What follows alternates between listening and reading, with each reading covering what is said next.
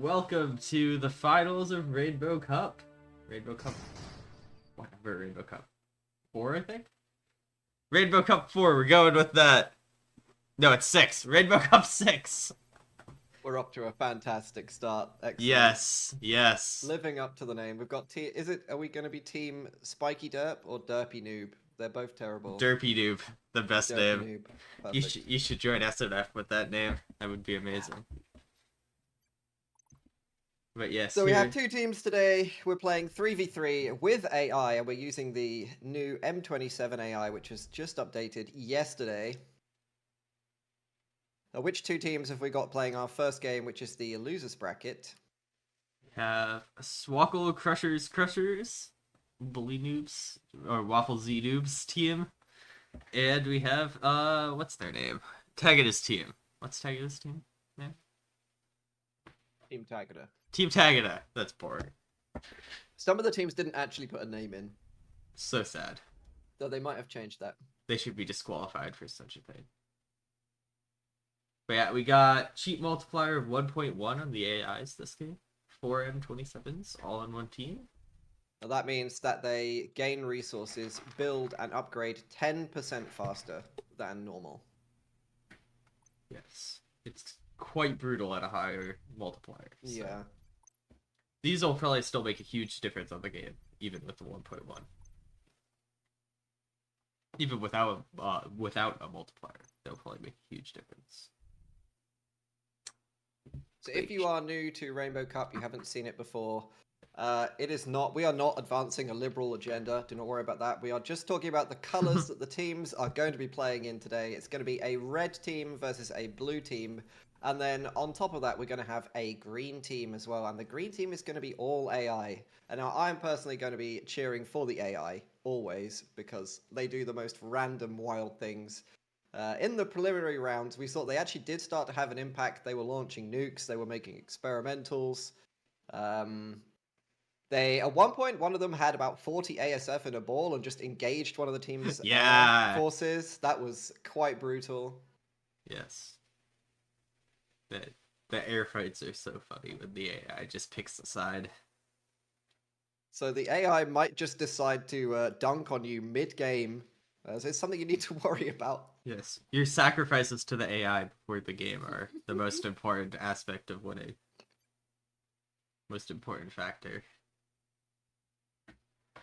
But yeah, I gotta support Bully, my epic clanmate, or else I will be kicked from the clan, so I will be supporting the blue team. I'm gonna be cheering for the AI. I love the AI. Let's be honest, I want the AI to win as well. Let's get the AI to kill everyone at the same exact time so the AI truly wins the tournament. That's what I want to see. So our first map here as our players are joining the game. Let's have a look at this one. This is Mass Attack Gun with a possibly deliberate spelling mistake. Yes. Looks like it's going to be pretty interesting because the AIs are on the side where you would normally have teammates, it looks like. Yeah. So you're going to be boxed in all sides. Got enemies everywhere. I felt there's going to be a lot of attacking with gun in the lane between the AI and the teams, and then this really choke pointy between the two human teams. No, between the two human teams, yes. It looks like there's some reclaim as well in the middle. Like in the middle, each middle side. It's hard to describe. Next to the middle mexes, I'm highlighting on the stream. So that'll. What do you make of this giant helipad of mexes in the middle? We've got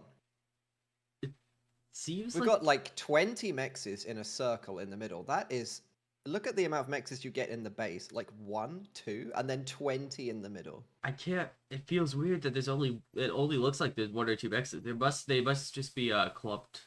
There's no way there's just 1 mex. I don't know. And you've got the plateaus. You've got plateaus in front as well. They've got like 4 mexes on each and a hydra. Yeah, imagine you get a fire base right in the middle there. Just get all the mexes. Yeah. I feel like that 20 mex circle in the middle is worth a heckin' lot. Keep in mind it is spread out though, so that's gonna be hard to hold. You can't just make 1 PD and hold it all. Gonna have to defend the whole circle. The circle is basically just Ravager range. Let's Yeah. go UEF. Let's go UEF. Let's see some 2600 Ravager spam. 2600 Ravager spam. Factions. T2RT. Factions. It looks like Bully could do the Ravager spam. He sticks with his UEF choice, but no others. That's what I want to see. I'm gonna go PM Bully to do Ravager spam. That's all I want. I think Ravager spam might actually unironically be quite good on this map. Given how choke pointy it is. It might work, but last time I tried Ravager spam, I thought it would work, and it did not go very well. They're so expensive, though. That's the problem. Might be my skill issue, but... Skill issue. Peak UEF gameplay. Make Ravagers. I made Ravagers, the enemy made Artillery. Didn't go well from there. That's very sad. Yeah. Tech 2RT, pretty good unit.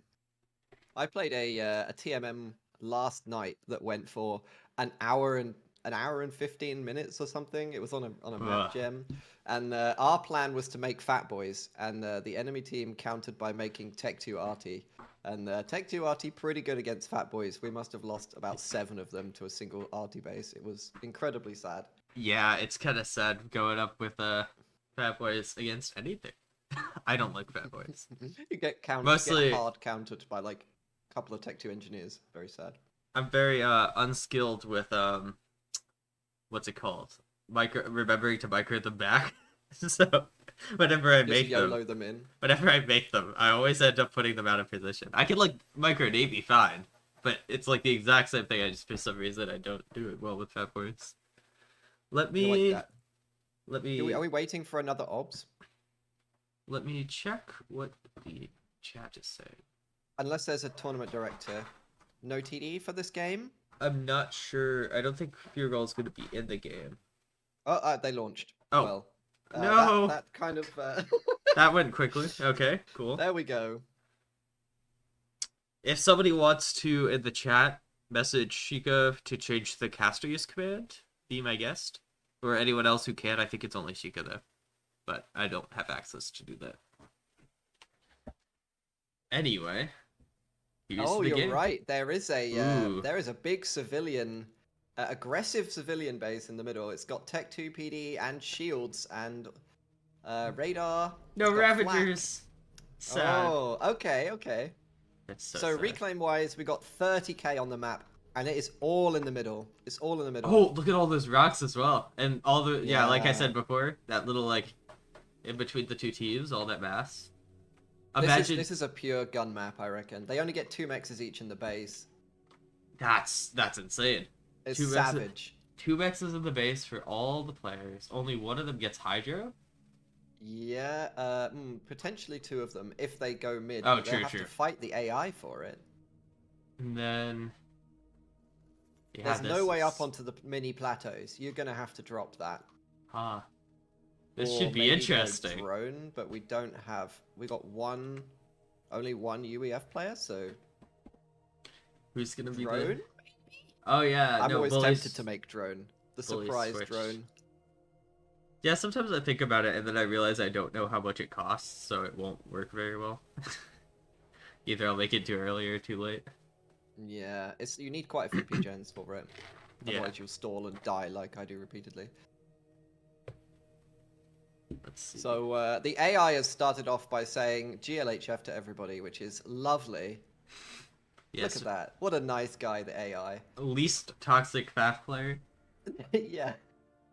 I guess we should go over positionings and stuff. So we got Gingerbread Man. Sure, walk us through the teams. Okay, let's call this this team 5. Okay, we're not doing that. This is the red team. Got Gingerbread Man. Seems to be in an air slot as Seraphim. Transport rushing. Very cool. Got Tagada. Tagada front. Doing double factory opening. Very interesting. Getting all the trees. I hope they're tree groups for his sake. Like, maybe he didn't check and no, they are. He's all good. Definitely working for groups. I would hope he would not do that blindly. Knock doing very boring normal opening. Making his air factory second. And he is what? Aeon. Knock is Aeon. Got other team, blue team. Chloe doing transport rush, very similarly to who is it, Gingerbread Man. Putting labs in his transport. Very interesting. Nice. It's a Maybe good play. counter the other drop.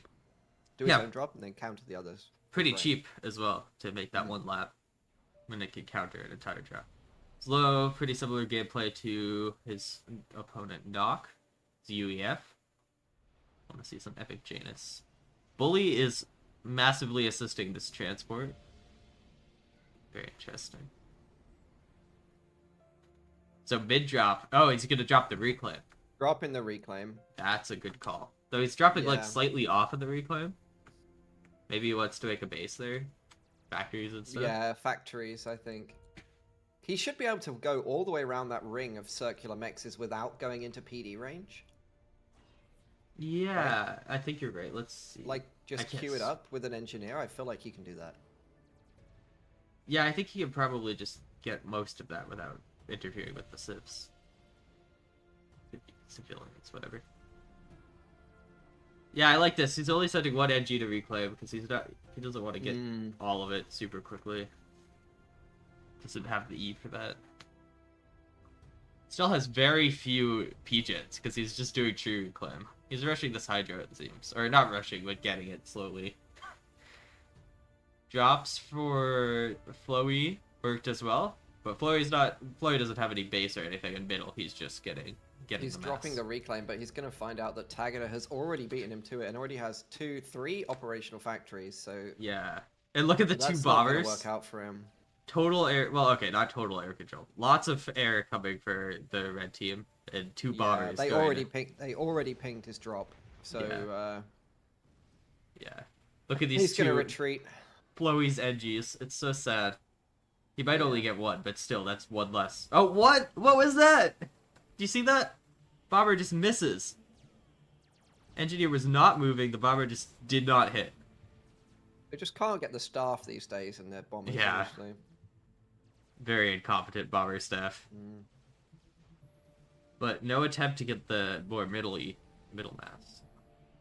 I wonder if dropping the AI reclaim would be worth it. Yeah, that's what I was just thinking. Maybe try and sneak a transport, because the AI hasn't got any inties out yet, so you can actually sneak through.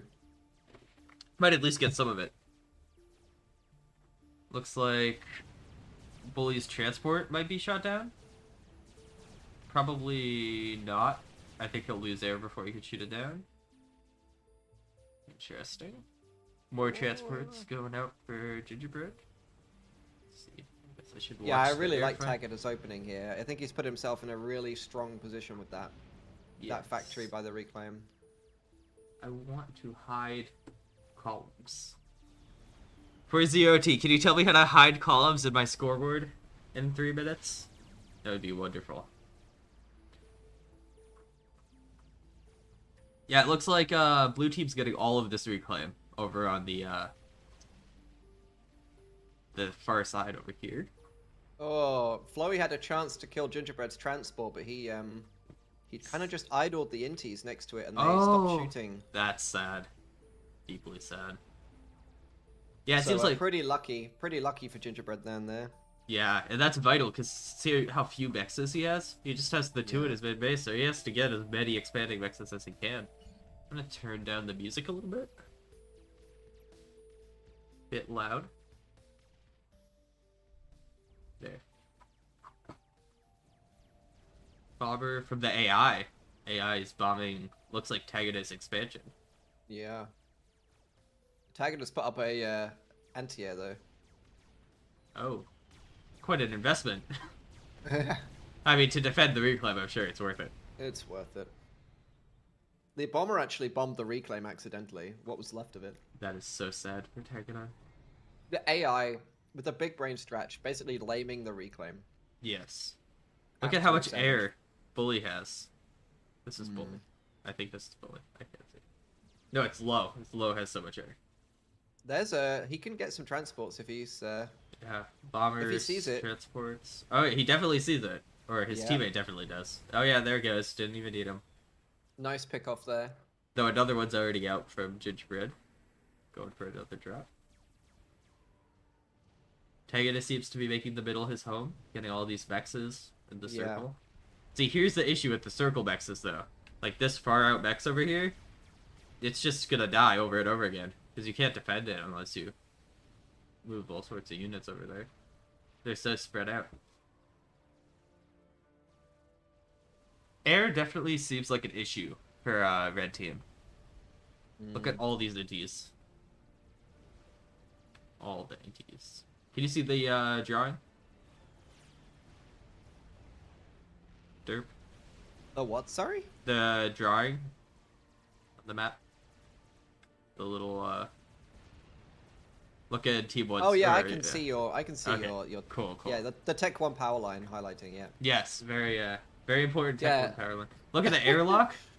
Airlock is gonna be massive. Yeah, that's nice. What's he doing though? He's only setting some of it in. Oh, the rest of the air is locked on that other inty. Yeah. He's still Shift G all of them. He's still gonna win. Yeah, he still has more He's even still with clean up. the split group. He just completely airlocks Gingerbread. He's got 4 Tech 1 air factories. Are we gonna see the slow bomber tactic? Oh, that. I think we might. They're already investing so much in AA to counter the AI spamming bombers. Might not be as effective here. Maybe Janus? But no, we don't see any T2 air yet.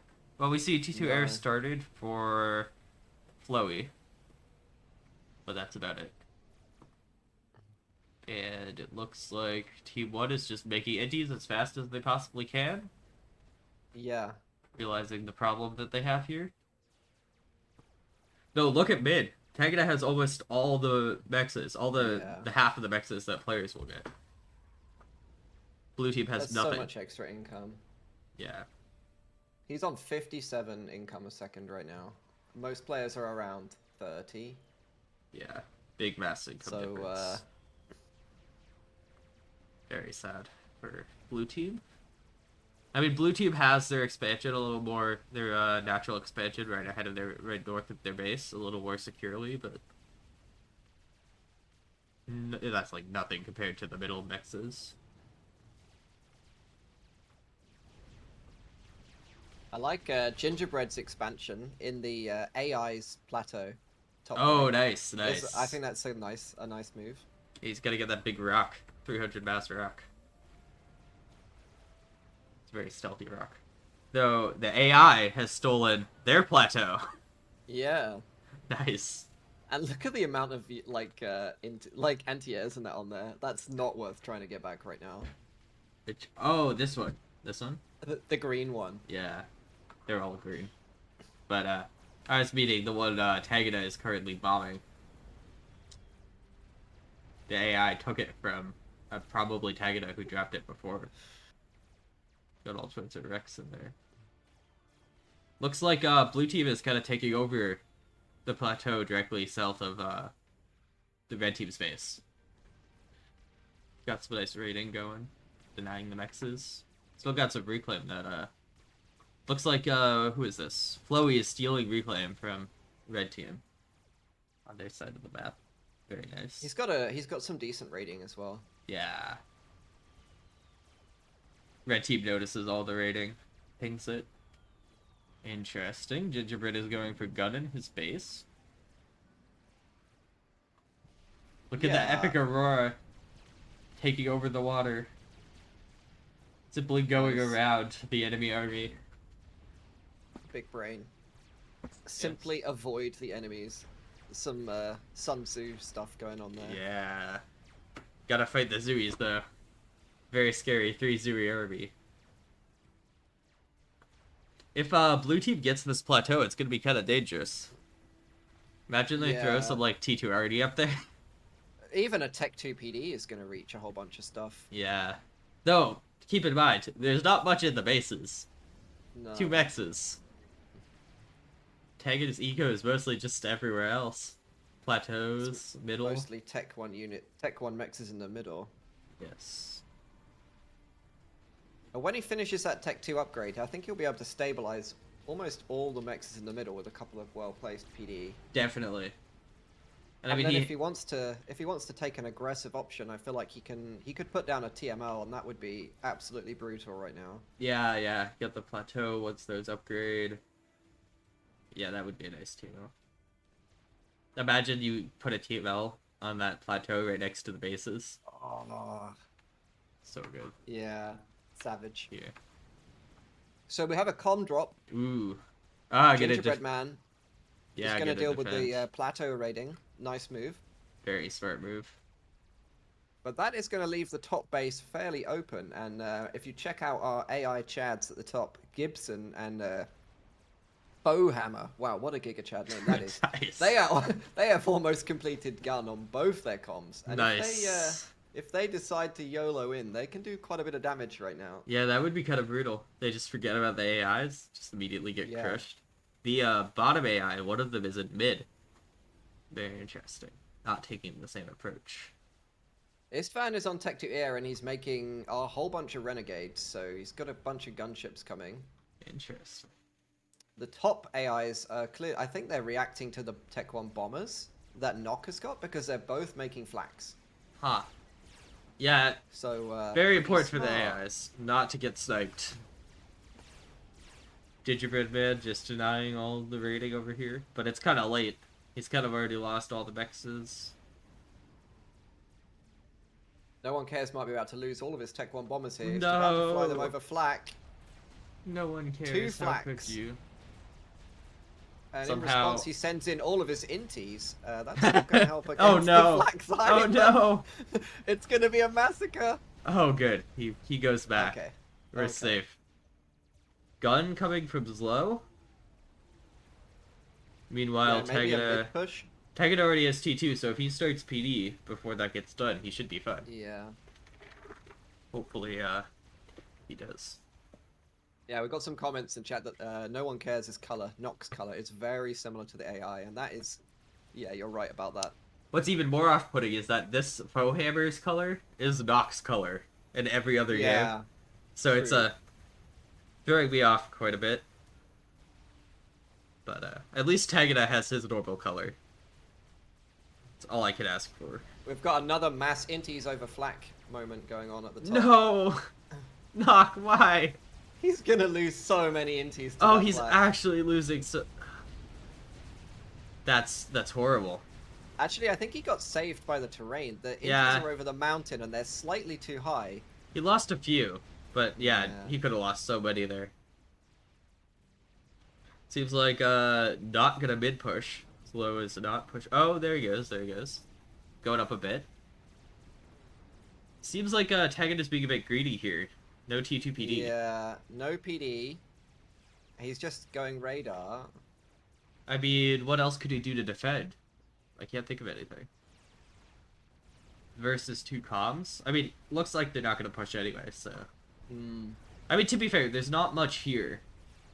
There's not much in mid, other than the T1 mexes. But now, Tagada already has eco that he's gotten from the early game ago. And he has his plateau mexes teched, all his expansion mexes teched. I could have just lost a fully engineered up transport over the pond on the left. Sad.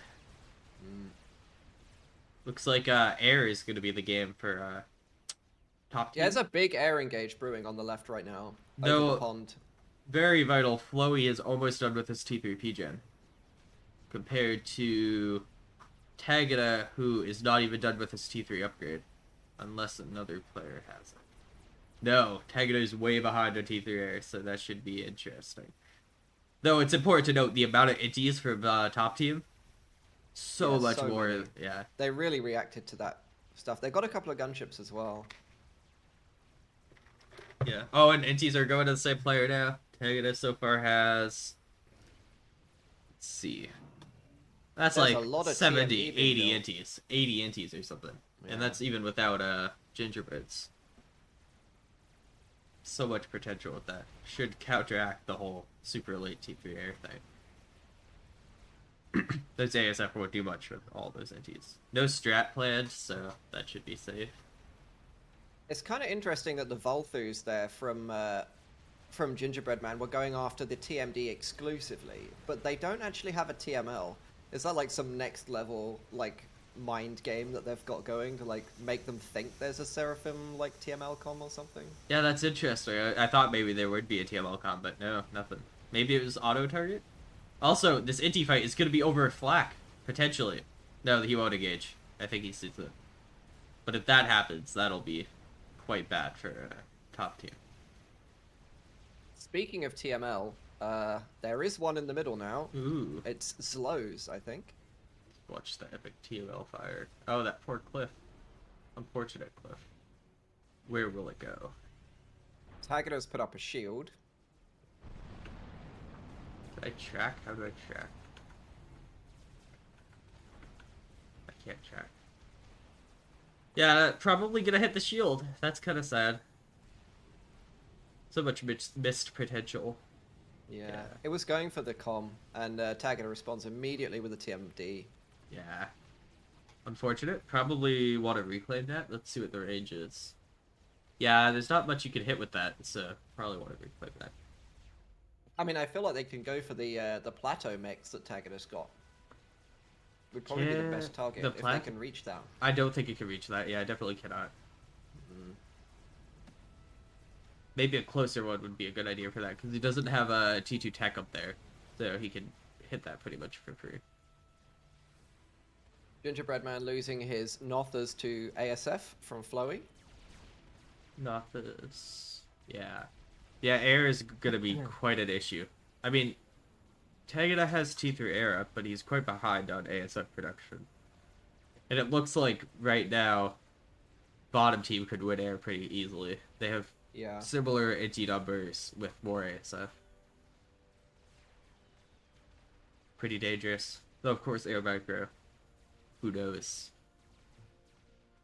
I feel like T3 engineering in mid on a com is actually pretty good. I mean, if you get a Sam on the water or... True, Sam's would be nice here. Though, I mean, it's quite a long upgrade if you're not going to do something like TML com. It's where like 3 minutes, you know. Like, if you go T3 TML com, that'll be nice. Hit the plateau, walk around, hit some of purples and X's. Could be quite nice. I would definitely be going TML com on this map, I think. Poor Doc is about to have an AI gun com on him. He has an unupgraded com, and that's all he has. Oh, never mind. He has some blazes, but still. Should be quite nice. The AI is just reclaiming, though. The AI is going to crush, as you predicted. Neither of the teams have seem to be showing any interest in fighting the AI right now. Yeah, the issue is every bit you put into the AI, unless you completely kill it and get the reclaim, is just lost mass. Though, I mean, to be fair, if you look down at over here, down at the bottom, quite a reclaim field that Zlo is free to get now. And I mean, at least 2k. Yeah. Other side, not so much, because there's a gun com preventing you from getting it. Yeah, Nock invested in quite a few Tech 2 tanks. But they are blazes, so he can use them elsewhere. It's not like they're kind of stuck going through the terrain. Yeah. Here Girl says AI team eco is huge, 1.x too much. I honestly, I don't think so. I feel like the AI is having the perfect amount of impact here. It's in the game, but it's not completely overtaking the game. Yeah, the AI just fights so inefficiently. Like, compared to players that are good, like these guys are, it's just going to fight so inefficiently that it needs that, otherwise it becomes irrelevant. Yeah, on this map, it's a little more fire-basey of a map, so it gives the players a bit of an advantage, I think. Though, of course, now there's MMLs coming out. I feel like once it reaches a little bit of a higher tech, it'll be a little more... have more of an impact. Lawyer drop coming out from Bully. See what this does. Yeah, I like that. Yeah, that's gonna be pretty cool. And 2 strats from Flowy. Oh, hard drop. Sitting in the base. 2 strats from Flowy? Wait. Yeah, sitting in his base. Oh, yes, there it is. Could be quite painful. Yeah, those are harbs, though. Those harbs are nice. That's a great drop. Whoa, that T1 Max. So close to being done. So sad. It's gonna get crushed. Crush the mexes. Leave none alive. Yes. I want to see this harb reclaim the mech as it kills. That would be glorious. He should let the T1 Mech finish and then kill it. Get all that reclaim. Be glorious. That's another mech crushed. Yeah, that's a lot of eco for Orange. Gingerbread. Because that's a lot of his ego right there. Because he only has the 2 X's in his base. So those are a T3 almost. Both of them. AI is up to T3 air in both top and bottom. Nice. Maybe we'll see another air crush for the AI. Oh, the strat! The strat from the AI! From dark green. Very dark green. Doing epic bombing skills. Epic mechs, radar, and that's... hydro crush. Look! It's going for another one! Look in chat, it's BMing. And Oh, that's an upgrading T3 Max. Oh, it's so close to done. Oh, that's brutal. Crushed. Absolutely brutal. And it BMs. Oh. Poor Flowy in the chat at the same time. 2, 3, 4, 5, 6 T2 Maxes dead. One of them halfway to T3. Let's go, AI. His lowest eco is now down to 38. 51 now. On the other side, on the other hand, not much happening from the AI. I mean, it's taking the reclaim field, but not, like, killing the entirety of the eco. Yeah, but Gibson is going land. He's actually pumping out Titans right now. And he started a Novax. Oh, that's gonna... Dark green at the top has a Novax at, like, 10%. Quite a ways done as well. Yeah, I think he's actually got the mass to... it's actually going up not too slowly. I think he's got the mass to actually build that. Yeah, that's gonna be brutal. You don't want to be leaving an AI with a Novax. Oh, apparently I'm scrolling too much. I will try to avoid that. I'm sorry. Are you scrolling in and out like you're playing a game? A little bit. Giving people motion sickness? Let me fix my scroll speed a bit. Sorry about that. I know I'm supposed to scroll less, but very hard to get used to. But yeah, you could... has actually got a strat in, and he is going... He's double bombing the mexes. He's double bombing the plateau. Tagger is I see. 2 mexes there to a strat. What a savage. Very nice for M27. Now it's going for another one. Oh, 4 mexes. And it's got all its air following it as well. Immediately now it's coming turns. Back. Immediately turns as it drops Immediately the bomb. turns with a bombing run back to the plateau. Another mex double kill. Oh, let's go. It gets pinged. Wait, there's 2 strats. 2 strats out. One from dark green. Hover bombing the other one is bombing No One Cares. No One Cares is down to half health. He's getting hover bombed by a strat from... He gets hover bombed by the strat. He's like low. Imagine the middle strat goes for knock now. No, both strats are gonna be dead in a second. No, it's gonna get another. No, it literally threw off the ASF that was following it. the turret, the AI hits or the ASF hits the mountain. It literally did a great turn. Brutal. Let's go AI. Yeah, this game is having such an impact for the AI. So yeah, I can see how. I feel like the players might start regretting not Yeah, they definitely another double bomb. They definitely could have done more to fight the AI, but Waffles is he just lost 2 mexes to a strat as well, and a T2 transport. Yeah, keep in mind how little core mexes these players get. So losing all these mexes, painful. Yeah.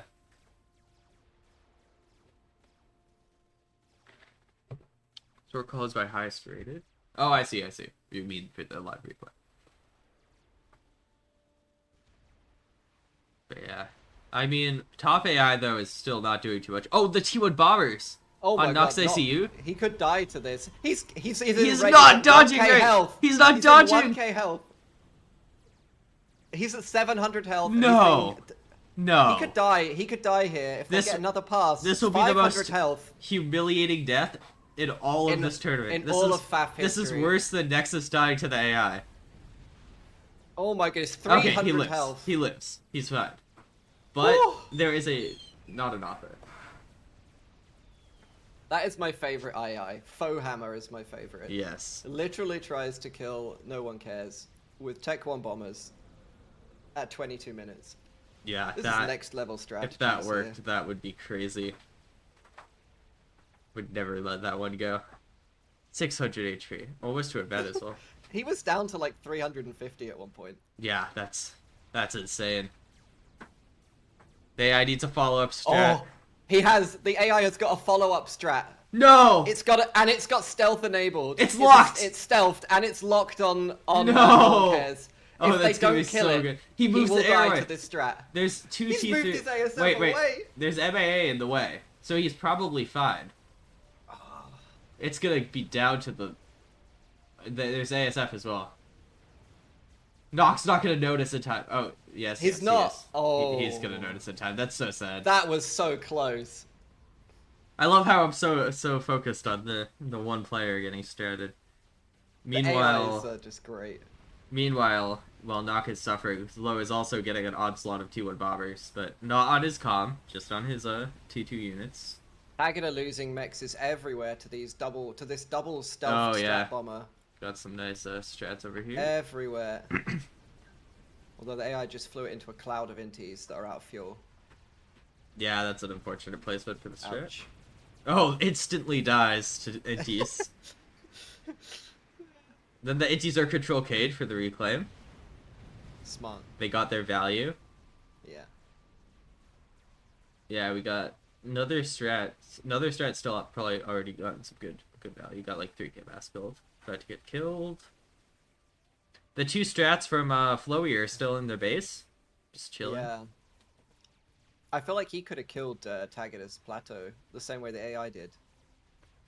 I think Tagada's Plateau is already very dead. If you check what the players are up to, I will look through the AIs right now. So Istvan has got half a spider.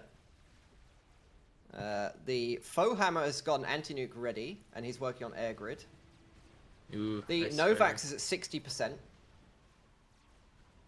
And the fat boy in the bottom right is just not building at all. That's really slow. The eco's not right. That Novax is gonna be funny. I wonder what it will go for. T3, like you had mentioned before, for Tagada coming out on his ACU. Let's watch some more strats. More every time. AI's, Go ahead. let's say the AI has been strat bombing. No one cares. It's T3 army. Yeah. It's Nock? literally strat bombing it. Nock's still down to 2400 HP. It's this strat bomb here is going to be brutal. Oh, look at that anti-hard strap on. Literally kills the two mobile anti-airs. I think right now the AI should full commit to killing Nock. Come in with its ASF, kill Nock's ASF, and then strat him. That's what I want to see. Strat coming in on Zlo, killing more eco. So I guess the question is, have our teams left the AI alone at their peril in this game? Yes, very much because yes. The AI is booming. It's got T3 mexes everywhere on the right-hand side. And it's going into the experimental phase. Look. And our players are not. 1.2k mass income for the AI versus 500 for one team and 300 for the other. The spider is done for Istvan on the bottom. Oh. Okay, There's a lot of gunships on the top. I take back what I said. The AI might be a bit too powerful here. Though, to be fair, I think it's the player's fault for not really fighting it. They just kind of let it be. They've kind of left it to boom, I feel, in this game. Probably for The the... Novax is finished as well. No! Where is the Novax going? The Novax. Novax is... it's clicked onto... Going for the harbs. the T3 army is going for the harbs. That is a strange choice. I mean, it's free damage. Can't do anything to stop it. Why not? The TML that we saw made earlier still has 0 mass killed for Very sad. slow. So I feel like that should probably be reclaimed at this point. There's an absolver, a rare absolver, made for Bully, the pro, making the absolver. Oh yeah, going for Tagada's shield. Very That's good unit. That's actually nice. Yeah, I like that. Never made though. Very rare. And Floey looks like he's sinking a strat bomber to hit the Omni at the same time. Like the shield No! goes down. The shield! Oh, that was such The good strat timing! bomb. The strat bomb is going to land on the shield Such good and timing! the Omni. Oh, How did he know? that's so good. That was beautiful. That's some proper team. That right is there. instant 1800 mass killed on Let's that go. strat with one bomb. That is Glorious. The caster's command is inaccurate. I do not know how to change that. It is Spiky Noob and Derp. Novak's coming over to kill the Harbs. Yeah. Meanwhile, Those Harbs are the main threat, so though to be fair, Novak's might be less effective than the monkey on the other side. Monkey I might think get the monkey is slightly more value. I mean, they've got those strats that they can use. Do they? How many do They've they got have? two strats. They've got two strats in the base still. But look at all the air from the AI. Waffles is making a GC, but it's going up really slowly. It's not going to be in time for the spider. Yeah, do they see the spider? That's an important... They do not. They No, have no idea. No, they don't see it. They've got no idea. Oh, that's so sad. Oh, and the AI fights air? Oh, no, I switched. The AI just 2v1'd Oh, the air for the bottom team. that's painful. Did the AI just rally all of the air from the entire map down into that fight? I think Oh, it did. wow! You're completely right. They're on the same team. Top team is going to be so happy about this. Flowey is about to get wiped in air, I think, by 4 AIs. Meanwhile, top team just chills and keeps their air. He's given a retreat command for his air, and that is very sensible. Monkey is beginning to stomp. Just walking in. Harbs could do absolutely nothing to stop it. There is nothing to counter this monkey. This whole area dies. T3 Mexes die. Flow's base dies.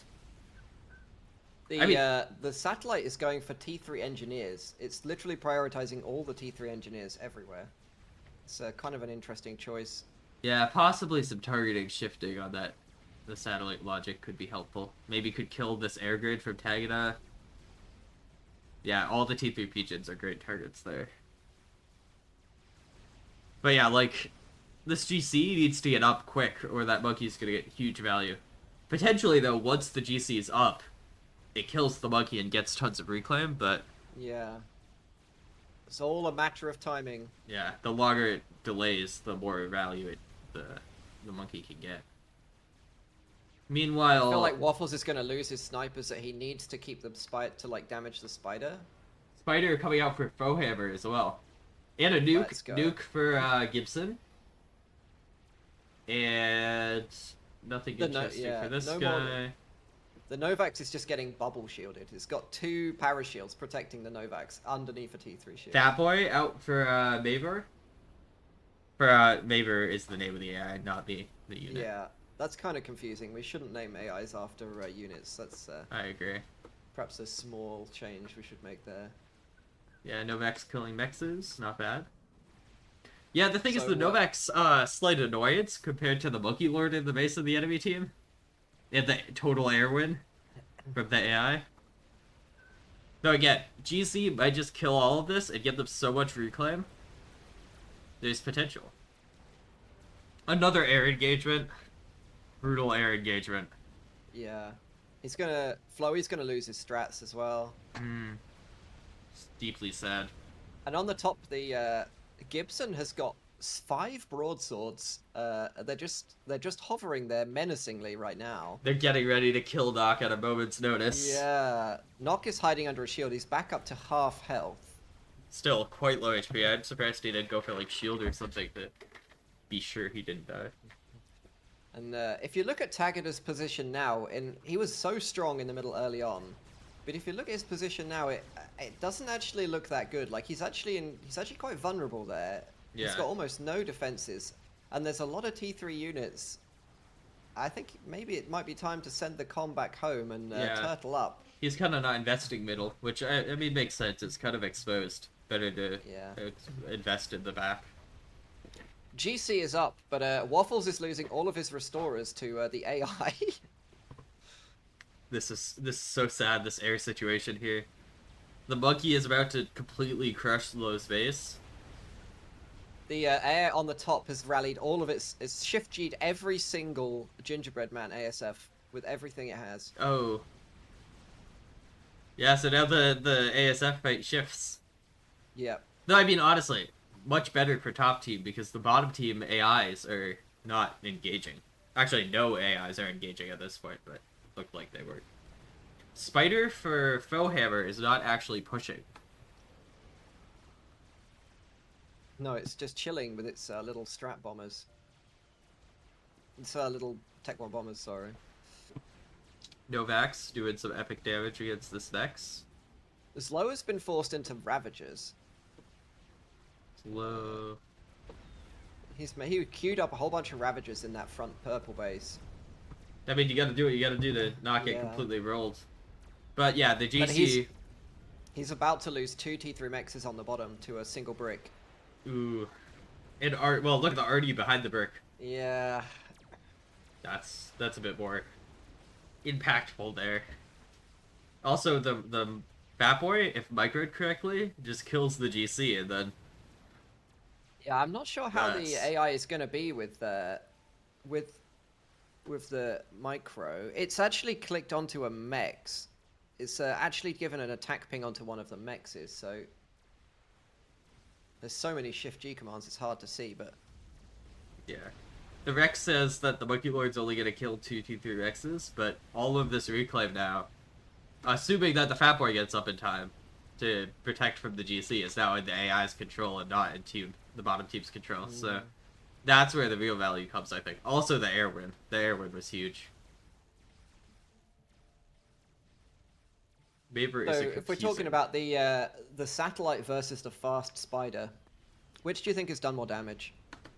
It depends on if the bottom team gets that reclaim. If the bottom team gets the reclaim, then the satellite's doing more because it's not donating mass. Because this monkey's just getting reclaimed. It's a free monkey wreck. The satellite's getting so much value. It's denying so many mexes. If you look at all of Tagada's mexes, he's lost so many. Yeah, he has to shield all his T2 mexes on the plateau. He has to shield every T2 mex because the AI is ruthless and has infinite APM, so it's not going to leave it on some priority and be lazy. Yeah, definitely the advantage of the AI there. No vex is a good thing for the AI to make. Is that monkey gonna do anything? Where's the monkey from? No. Foehammer's monkey is just chilling. The defensive monkey. Also, the nuke. The nuke is a thing. It's like halfway loaded. Yeah. Not halfway. Partially loaded. Almost halfway. So, in the previous games, the AI launched its nukes at commanders only. Except for one time where there was a monkey lord stuck in the sea that was like, "Help me, Brackman, I'm stuck." And it launched the nuke at the stuck Monkey Lord, which was a very unusual thing to happen. So the enemy stuck Monkey Lord? No, it launched the AI launched the nuke at a player stuck Monkey Lord. Ha! Interesting. I mean, it's value if it's not stuck.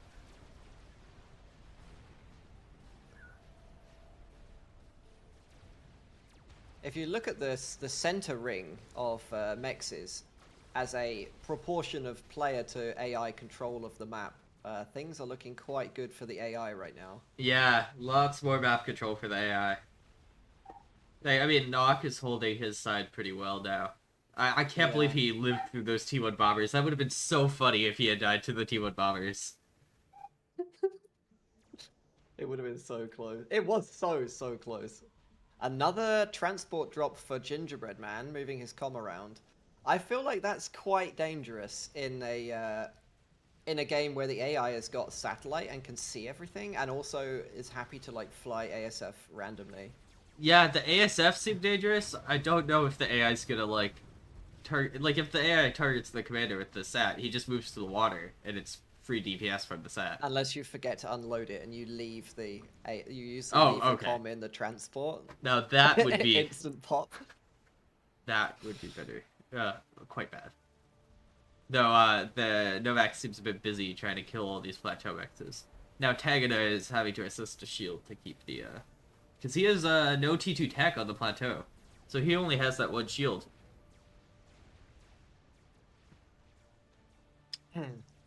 So we are at 30 minutes, and the AI seems to be in control of the game, I would say, looking at this. It's the one making all the moves. We have double nuke now from the top team.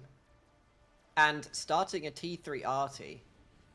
Yeah, there's two nukes. Yeah, nuke at the bottom, double nuke. So Every AI There's has a nuke. so many There are nukes. no antis for any of the players. Satellite started for bottom team as well. Another one.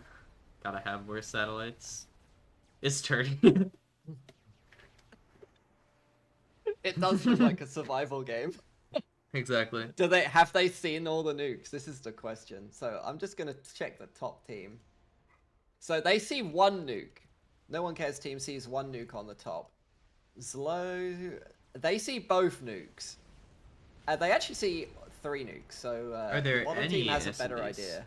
Oh, also, bottom team is making nukes. Yeah. A nuke, at least. Well, if you think about it, if you've got 2 nukes already from the AI that are going to be wearing down your opponent's antis, you make your own one. I feel like that's actually a good way to take advantage of the AI's play, right? On the other hand, the AI making nukes, you already have your enemy making the antis. They're making all the antis because they see there's 4 nukes. Yeah, So. they're rushing an anti in the middle, A lot of the but nukes. no one cares, isn't? They're only protecting the air grid. Interesting. Though, I mean, to be fair, those bases are pretty low value. I mean, never mind. I mean, there's an I, there's multiple P-gens. The AI is about to go absolutely savage mode. It's rallied all the ASF from every base into Tagada right now. Yeah. I think what Farbs is saying in chat is that the air fight itself is a bit of a mastodation. If I'm understanding what he's saying correctly, and that definitely makes sense. So, could look at it as a good thing. Get all these, Oh no! The transport with the comm! Wait, I think it's locked. No, it's not locked, but it's... The AI didn't lock it. Oh, the Novax almost killed it by hitting the max. What if these ASF kill the transport? The ASF might hit it accidentally. No, they're that they're was locked so on it. close. They're Gingerbread locked Man, on you are enemy being ASF. so dangerous. Oh, that was... If the AI had changed lock, that could have been so bad. Tagato wins there versus the AI. Like what Burris was saying, I think this whole area now, all this mass belongs to top team. Pretty good for Tagada, considering he's lost so many mexes. Fat Boy is doing damage to Zlo. Zlo is spamming scouts into it. Interesting. But if the AI ignores the scouts, then the sponsoon cannons will just deal with the scouts for free. Like it's not gonna. Yeah. Nice resters from Bully.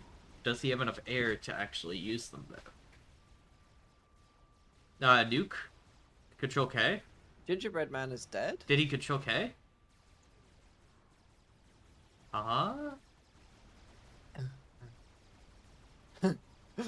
No One Cares just lost almost all but 2 of his halves.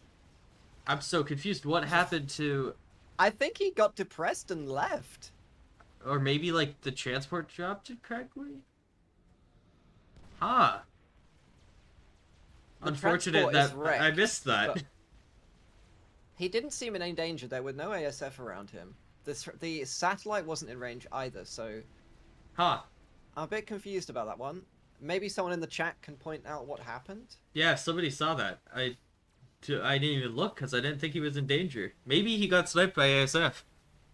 But the AI wasn't doing that before. I need to turn off FAF. We haven't seen the AI. We haven't seen the AI lock a transport yet. Yeah. I feel like that would be an interesting addition to the M27. Yeah, that would have been quite brutal if the AI had killed him here. But I guess he didn't need to because he dies mysteriously anyway. I thought maybe it was a nuke for a second, but nope. All the bases alive. Slow is overcharging bricks, but he only has 1 energy storage, so it's not. Yeah, seems not maybe doing much damage. Slightly dangerous. I mean, Fat Boy and Spider, and on the top, the Fat Boy and Spider are now going to push. The Spider seems to be on the top. Same thing's happening on the bottom. Top team. Yeah, Fat Boy Spider pushed for both AIs, but they seem to be not. The top team is surrendering. I mean, top team is down so much. They're a long way behind in eco. Well, actually, no, they're not even all that far. Interesting. I mean, they were. I don't think it's as over as they think. I think they are behind, but to quit in a tournament game. Interesting. That's an interesting decision, Spikey. Let's see how it works out for them. Going 1-0 down in the tournament. They are behind from the satellite, but they're not that far behind. The nukes really could have changed up the game. It depends what the AI does with the nukes in the next 2 minutes. Yeah, Really, I think. there's so much instability with the game because the AI could do whatever. Like nobody knows what the AI is going to do. I think that quitting there was a bit premature, but The bottom team has 2 anti-nukes loaded, but that's right at the back of their base, so... yeah. But either way, that's a win for Bully's team. The Swackle Crushers. 1-0 up in the series. Interesting game. Yeah, I do realize there's the delay. I was just talking about the ML, not the ASF, so I apologize.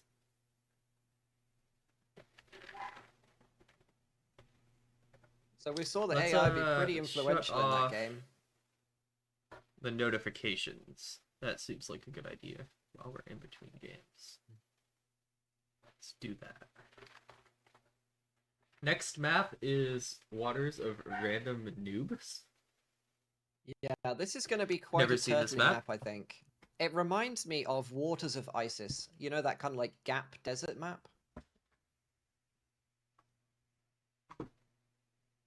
You there, Derp?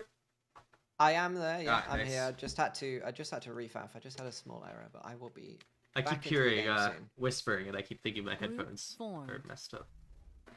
Group formed. It's the voices. Yes. Group formed. They're back.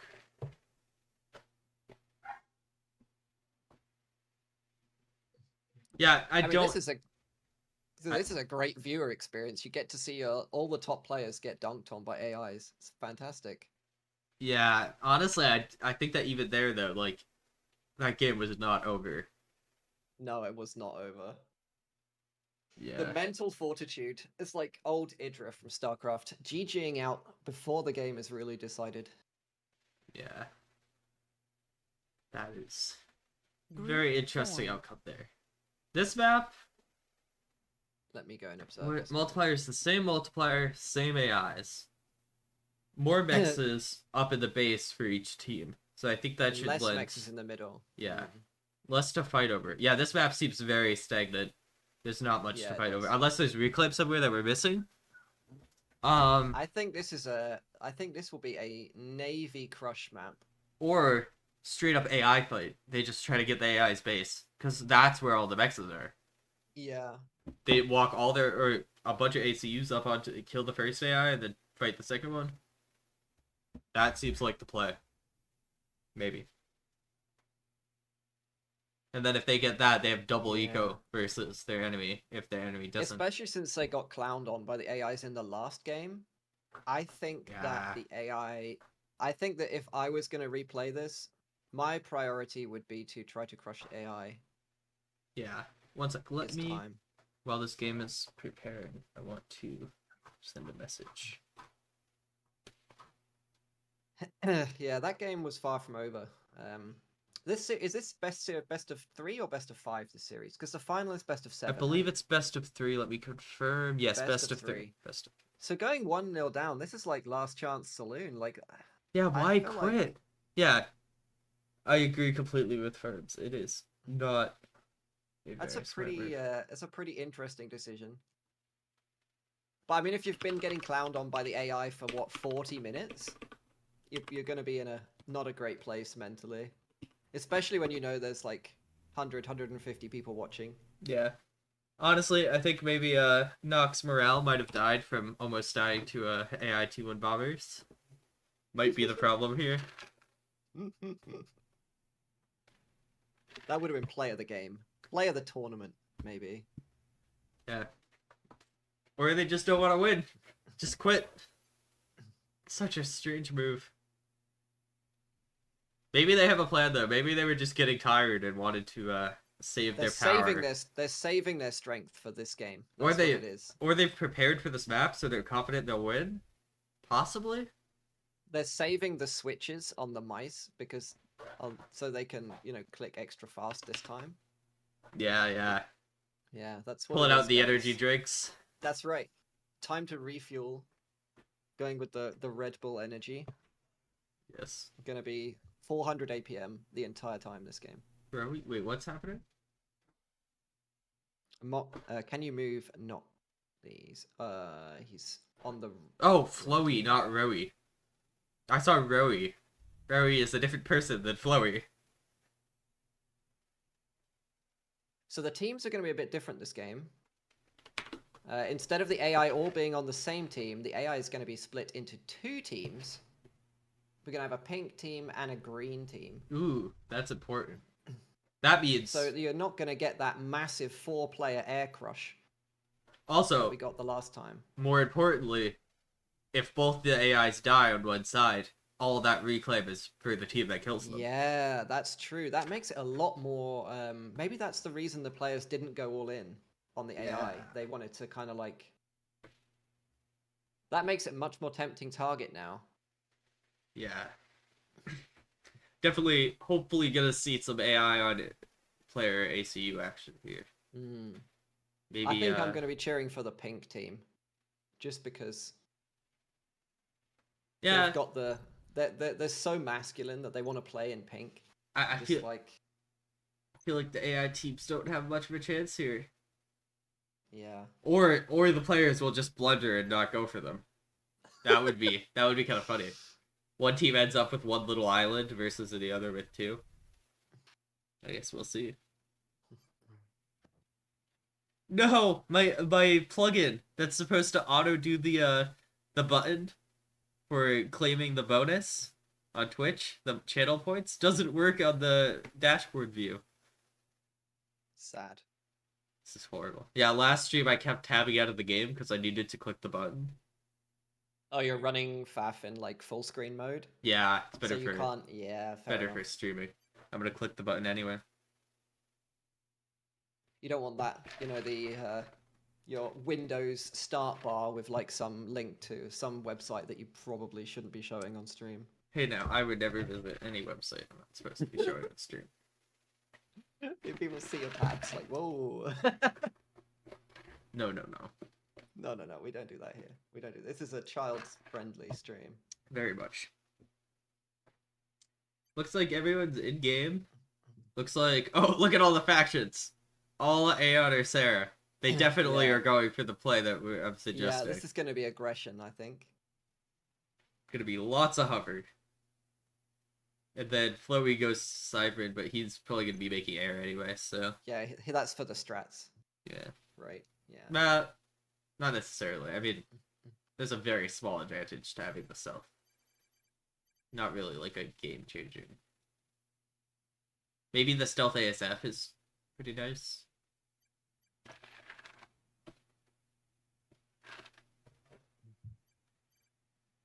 Maybe we should give a shout out to the M27. Oh, for developer. sure.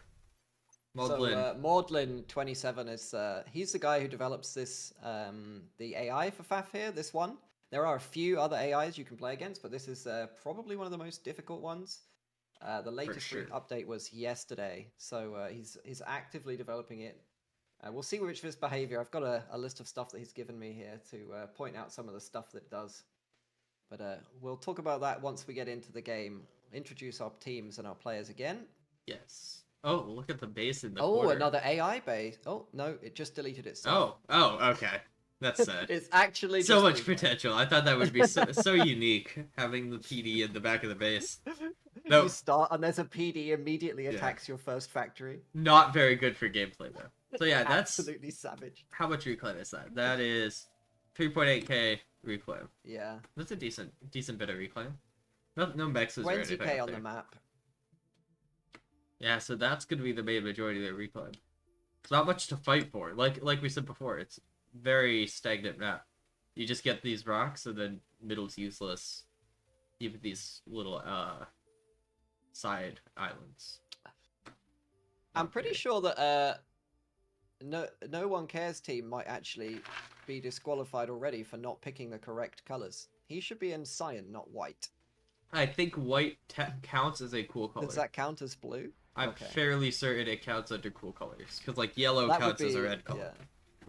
That would be the classic FAF experience, right? You get depression and leave a game before it's finished, and then you pick the wrong color because you didn't read the rules properly, and then you get disqualified No. and you get 2-0'd. 2-0'd immediately. Wrong color results in a re, to be clear. So they wouldn't be disqualified, but would still kind of suck. Okay, now now look at Flowey. Flowey has some PTSD from the last game. It's the niceness that the AI does at the start is to lull you into a false sense of security. Not It's only like, come here, baby. It'll be okay. It'll be okay. And then, bam! Before you expect it, just tax. yeah, not only does it scale economy, it scales toxicity Yeah, true. as the game progresses. I'm trying to hide the scoreboard columns, but it's not working. I'm middle clicking. Interesting. So our bottom team in orange, poop ground, and blood red. It's going to be Flowy, Waffles, and Slow. Yes. They are 1-0 up in this best of 3 in the Rainbow Cup. And our other human team on the top right, we have No One Cares in a white UEF. We've got Gingerbread Man in a purple Seraphim. And we've got Tagada in a blue Aeon. And they are all moving their comms to the AI. We're going to have a bloodbath almost There we immediately. go. Like It's going to be a 3-on-2. predicted. Yeah, once they come in with the ACUs, they should just crush. Oh, and who's this? It's logos for speed gun. Rapid gun speed. If they assist him, that's actually really smart. Oh yeah, they just go and kill the base, get all that early and then reclaim. he's like double DPS for half the money of a full gun or whatever it is, and then just crush. Yeah, that's gonna be. Yeah, honestly, the AIs have been kind of very interesting this tournament. And I mean, last Saturday or Sunday, Sunday, we saw Battlefront die to an AI. He tried to push it with his ACU and die. So these players Yeah, he have to be got careful. gun-shipped. Yeah. Or yeah, the AI somehow. is the AI is the best part of this tournament. Yes. Got engagement. No gun for top team. Right team, rather. Purple team. The blue team. Yeah. blue and red. Yeah. Can we do that? Sure. Blue and I red. feel like we do that. The pink AI though is going underwater. The hard counter to a gun a triple ACU rush. Just go underwater. I think this calls for some split screen. Yes. Oh, I hit the wrong button. That's not split screen. That's Did you hit the wrong button and like rotate the camera so it's all broken and you have to put it back nah. on? I hit the join screen hotkey, not the split screen hotkey, unfortunately. So I can't pronounce the Seraphim name there. Yeah. Feel the pink AI actually actually got some Tech 1 bombers off, and actually bombed No, the double bombing. engineers in the base. It's got a whole bunch of them. It's got another bomb coming in for an engineer. I So can't. No One Cares is getting savaged by Tech 1 bombers. I can't split despite anymore. having inties. But if you look at the mini map, you can see the bombers crushing. Bombers from Flowy going in on knock as well. But I want to stick with this view because Bully is in a bit of danger here, losing tons of HP to a PD. Yeah, that's not smart staying in there. Though of course Slow has gun speed, so he's fine. Yeah, Meanwhile, maybe Waffles just take the damage and then. yeah, I feel like that's not a bad idea. Take the DPS on one comm and then put them at the back. Yeah. For the other push. meanwhile no PD out for Pink, so they're having a very easy time of things without having to invest in gun. More AI bombers all over the place. Oh no, the AI is almost dead. Green AI is almost dead. First ACU. Almost there to their conquest of. We barely knew him. Yes. And the Look pink at that. one, not far behind. Let's join screens now. It says GG well played. See, it's in the early stages of the game before the toxicity ramps up. Exactly. And look, like, already got T2 Max Rex to reclaim, or at least one. That's gonna be a nice And the boost. pink AI is just about to die to Zoomies as well. Yep, there he goes. All the comms on decent HP. No investing in gun here, so not losing much. No, Gingerbread Man lost Resources. about 10 Zoomies to that comm explosion though. Very If we're unfortunate. gonna nitpick, that's slightly unnecessary, but... Mm. I feel like it's a race condition, right? right now. You want to Yeah. race to kill the AI, and then as quickly as you possibly can get. Yeah, then you get all that reclaim, just all the mass. But yeah, pink So, is pretty much safe there. Both AIs have PD in their base. Both AIs are getting Yeah. range comms with overcharge. Judith in particular has got PD out front, and then Aeon gun range com behind. Yeah, which I feel that's. is. I mean, Zooies mop up the PD, super easy. But the range comm has some potential, especially versus the team without a gun comm. Oh, the range comp for green is so delayed that he has He to had cancel it. Yeah. Smart that he canceled it. Definitely a testament to the he AI was dead skill. if he didn't do that. If he had kept going, yeah, that would have been immediate death. But pink already has the comm, so potential there. White not going for good comm as well. Tiger are actually being scouting out the other player's base, so Tiger are looking at where the other humans are at. Yeah, that's good. Inties. They're gonna have to. Scout, sorry. Zlow's team is gonna be able to actually do the damage first before, or actually Chloe start loses a fighting transport. before. Chloe. He just lost a transport to the AI. Very sad. Though he won't have to worry about that very much longer. No. AI is dead. So yeah, bottom team full control of the left side. Very nice. Whereas Judith is pushing technically with that range com. That gun comm might not finish. Oh, it will. It will. What? No. He cancelled. There is nothing to. No one cares. Cancelled. That's huge. I don't think there is anything to stop the upgrade. He has no arty. Judith's taking quite a bit of damage. I mean, to be fair, so. it's a 3v1, so maybe they kill him right here. Okay, I see the goal there. Yeah. But at the same time, so much wasted AI resource. not dodging enough of the, not dodging quite enough of the Zooey Yeah. shots there. AI kind of blunders. Maybe gets knocked down low enough to draw, but no, not in time. No, not this time. Okay, so they also get a good kill. If the AI had stayed back, would have had a little more potential. Also, yeah, all these three players pretty low. If the AI targeted knock a bit, they would have got 2 kills. Could have been quite bad. I'm sad that we didn't get to see Judith pull out the amazing sniper play, because it actually had tech to air, and imagine if it mercied no one cares. Oh, that would be brutal. So yeah, AIs are out of the game. The AIs are out already, so And I guess we see how quickly our humans turn on each other. no Navy out. There are already gunships out for no one cares. Got 3 gunships and some inties. Look at the Navy as well. Look at the Navy factory count. None for left team, 3 for right team.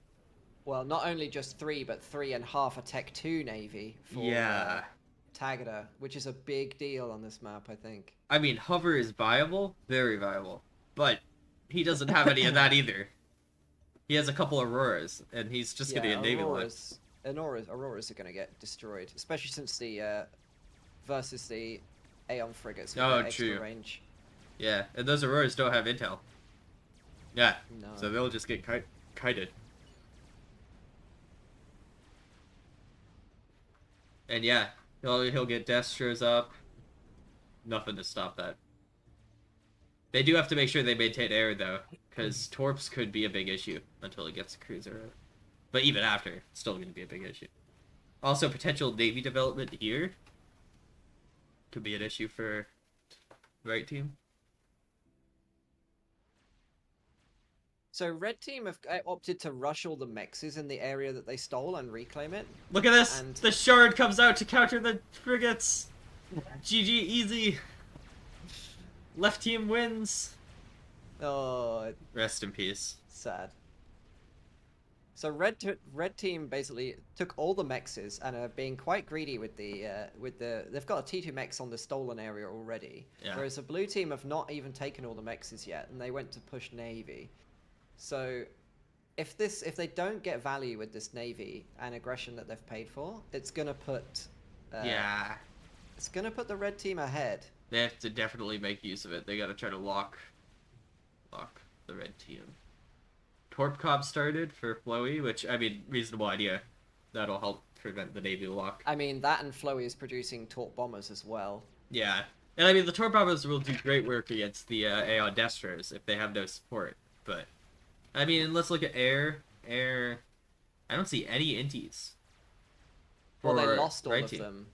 So They that's lost all of them attacking Flowy's comm and the mexes. That's what forced those 4 anti-airs. that's problematic. That's very problematic.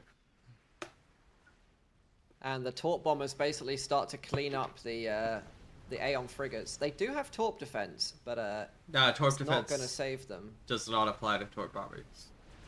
Does it not? No. It's a change that's proposed, but it Just currently hold that does not. thought for 1 second and look at Flowy's base Oh! at the bottom. He's got Did I he's miss got that? Zooey dropped. Oh, that's brutal. So many mexes. So many mexes dead. Savage. He could lose his T2 power here as well. Oh, yeah. Well, actually, I think enough of them have He died. lost the Tech 2 engineers. They gotta kill that mex before it gets... Okay, it's dead. It's dead. Almost got the other mex. 3. Probably not gonna get it, but still, that's 3 mexes. Tech 2 mexes. That is a great way to equalize there. Yeah, that's a good economic hit. Flowy And going for gun. Now, does the gun... Oh. You have to educate me here. Does the gun range help the torpedoes? I am 99.9% sure that'll boost the torpedo range, which is It why does, I'm right? That's That's actually pretty believe. smart. Because it does Meanwhile, for Waffles Mazer. is stuck reclaiming Zooey's with his comm whilst he loses naval yards. Hmm. There's already a cruiser out. And I mean, his comp's a danger. That's a Destro. And a Destro. Yeah, That'll do a his lot of comm is in damage. danger. But Yeah, if you look at unless- the top of the map, Waffles is responding with his own Zooey drop. But on what? A T1 AA? Well, he can walk down to the top of the cliff, look. True, but the gunship will be out in time. 2 gunships coming to intercept. Ah, One just true. came out. I don't think it's gonna get much value. Worth a shot though. Yeah, these AO Destros are nice, especially now that Nock has so many ATs. I want to see a Yeah, cruiser. the Navy aggression is a real problem for the red team right now. Yeah, they really need a cruiser though. Then they could have. Oh, never mind. I'm blind. There's a cruiser right here. There is a cruiser, yeah. And yeah, so now right team is just pressuring super hard, and red team just has nothing to counter it. Unless, I mean, they have T3 air, so never mind. I take it all back. This might be a mass donation. If they win air, it's a mass donation. If they don't, then it's very good for. Yeah, quite a lot of Torp bombers building up at the bottom for Flowy. No T3 air for the other team, so that could be the play here. Just make strats. But the cruisers are a big threat. Yeah, cruisers kind of hard counter that, especially since you can't go from one base to the other without going over that Navy area. Keep in mind, it's a pretty small map as well. So you could pretty Yeah. much screw your entire base with cruisers for very little investment. I think a comm drop could be really effective here if you don't get picked off by the cruisers. Yeah. Also, if my math is correct, it's been a while since I thought about this. I believe Torpcom is worth 3 Destros of DPS. So the Torpcom should win here. I mean, the Torp is about to pick off a destroyer here. Yeah. So I think the Torpcom pretty safely secures Navy here. In combination with the Torp bombers. Well, that's because Taggart stopped making destroyers and started spamming cruisers. Which, not a bad idea considering there's a strat out. Yeah. That strat But might just win the he's game. going to get punished by the Torpcom for that. I'm thinking that strat might just win the game. Now, does the strat pick off both mexes here? Either way, it could just get infinite passes. Yeah, it does. Yeah. And another one here. Yeah. Good strat micro for Bully. There's no cruiser out Oh, immediately he to only stop picked it. off one there. Not sure what happened. I mean, sure, there's flak, but... Now going for the double power, which is going to pick off the Ah, shield and the brutal. engineers. Brutal. Oh, savage. And then where next? Well, there's a shield where the next one is. They haven't scouted, so he's going to adjust and drop it on a mex. Good adjustment. Probably get 2 of Tagada's mexes here. Yeah. Yeah, this looks kind of over. Savage. 10,000 mass killed on that strat now. Navy secured Air 1. Well, the strat's Eco going to go over where the obliterated? cruiser is. No! That's not going to help it. Lives? Lives with a tiny amount No! of health. Almost got that last one. But still, that's what? 4, That's a lot of damage. 5, 6 T2Xs, some power. They still have no T3 Fusion, and their power was killed. That's gonna hurt. I mean, And Navy. on top of that, Navy is still bad. Yeah. Navy is still very bad because that's a lot of Destros. That's 1, 2, 3, 4 Aeon Destros with Frigg support versus 1 Torpcom. And plenty of Yeah. cruisers. Well, okay, 1 cruiser up front and some shards. So they have to spam all they got torps. but the Aeon destroyers are not being used right now. I feel like when the strat, they were all trying to micro to defend the strat, and they kind of left the Navy. Yeah, they gotta go quick. Also, the They stealth. really got to push. Stealth is gonna boost the HP of the Torpcom. Gonna be Yeah. nice. At 9k HP. I think these Destros could just kill the Torpcom though. They just gotta use it. They just gotta do it. Also, mobile flak out. That's gonna secure, gets the Torp bombers. It's a pretty close game. One side's crushing air, one side's crushing navy. Yeah, this is a close game. Chloe needs to not go out of the water. Okay, good. He's not. He's blocking with the Yeah, if factor. he stays in the water, he could be in real trouble. I mean, he's in real trouble no matter what, in my opinion. Okay, he picks off 1 destroyer, but there's still 3 left, and yeah. he's at half health. There's more reinforcements. The Torps are instantly dying to the AA. If he goes out of the water, he dies immediately. I mean, he has 3 vet. He has the same HP he did going into this because of the vet, but there's still so many Destros. And the Friggs will just get all the value while the Destros Yeah. build ACU. Steps out of the water, which is huge. If he gets 1 shot from those Destros, that's so much extra DPS added. I feel like Oh, Snow no. could actually use He- oh, no. He did it. Oh, he's Oh, that's such a mistake. The water wasn't quite deep Chloe enough. goes down.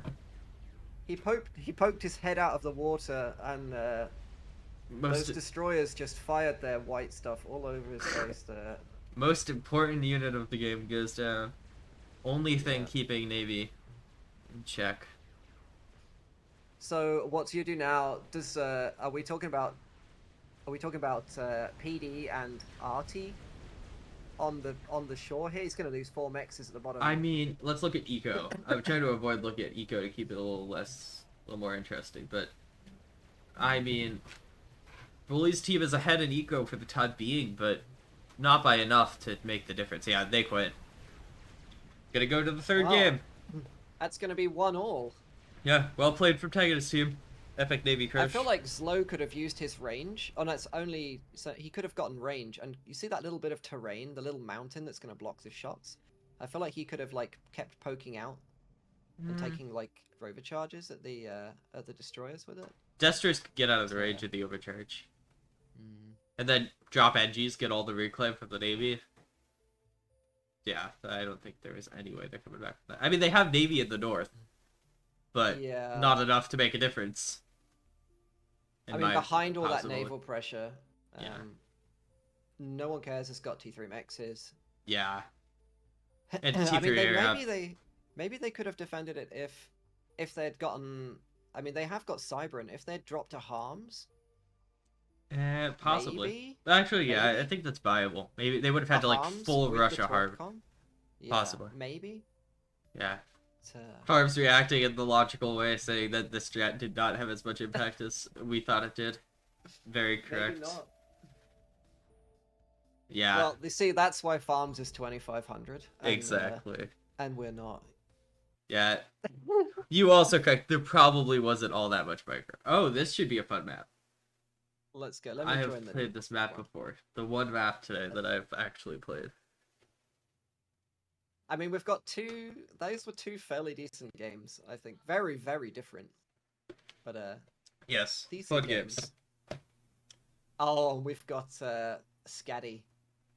The snowy map, right? Yes. Group formed. This is the one with all the reclaim in the middle. The right? snowy map that's not mature. That's how I look Yeah, at it. that's right. And it's not Seraphim Glaciers, It's fake which I mature. suffer every single time I play Seraphim Glaciers.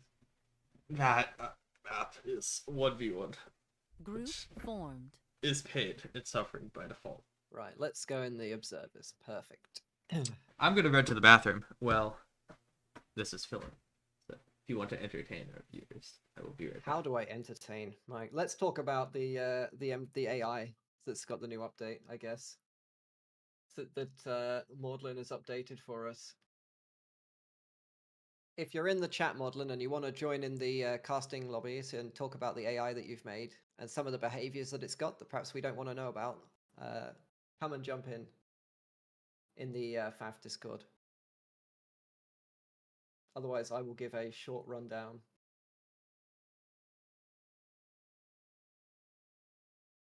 Let's see.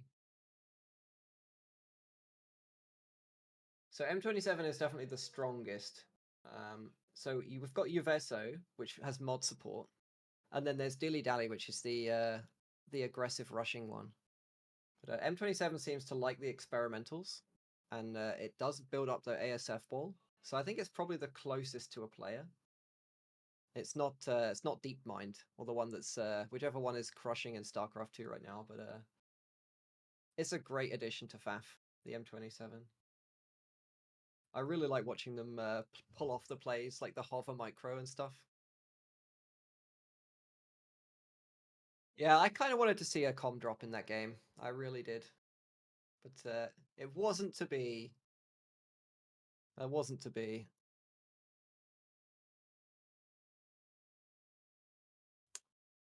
I feel like the players need to change the colors in this lobby. So we're going to have pink and green again. So red team is going to be in the top corner, and then we should have blue team in the bottom right. Okay, I'm back. I forgot that the thing went on full screen. I'm sorry. Have you been leaving a tiny tabbed out version for everyone? It's just been my client. I'm gonna be some ibuprofen to stop my headache. Okay. Stock up Where on are the we at? painkiller. We're missing a It's going player. to be another. It's going to Who be are we another missing? 5 hours of staring at FAF. Yes. This is when you want a nice icon mod, Yes. and that's the point where I enrage everybody who's like above 2K in the I chat. They're like, love- no, you must use the default the icons. default you must icons suffer. are wonderful. What is wrong with the default Oh, icons? man. There's I feel absolutely like- nothing wrong. There's no way if the game was remade now they would get away with those icons. It would get slated for being like eye bleeding material. What are you talking about? They're like perfect.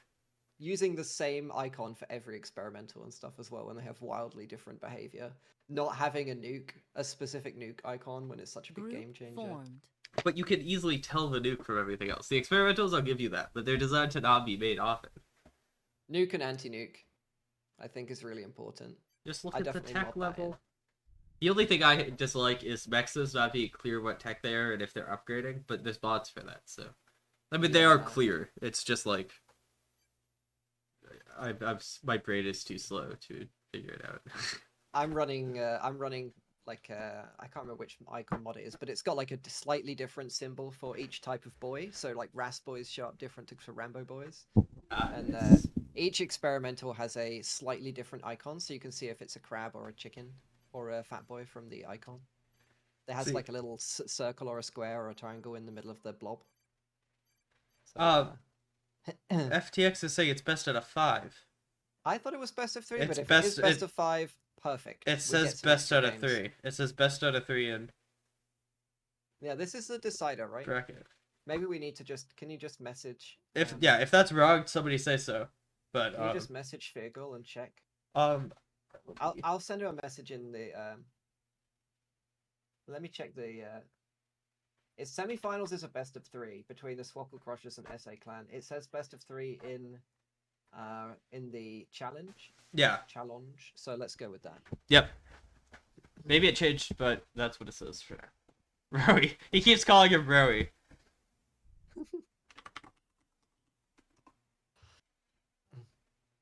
So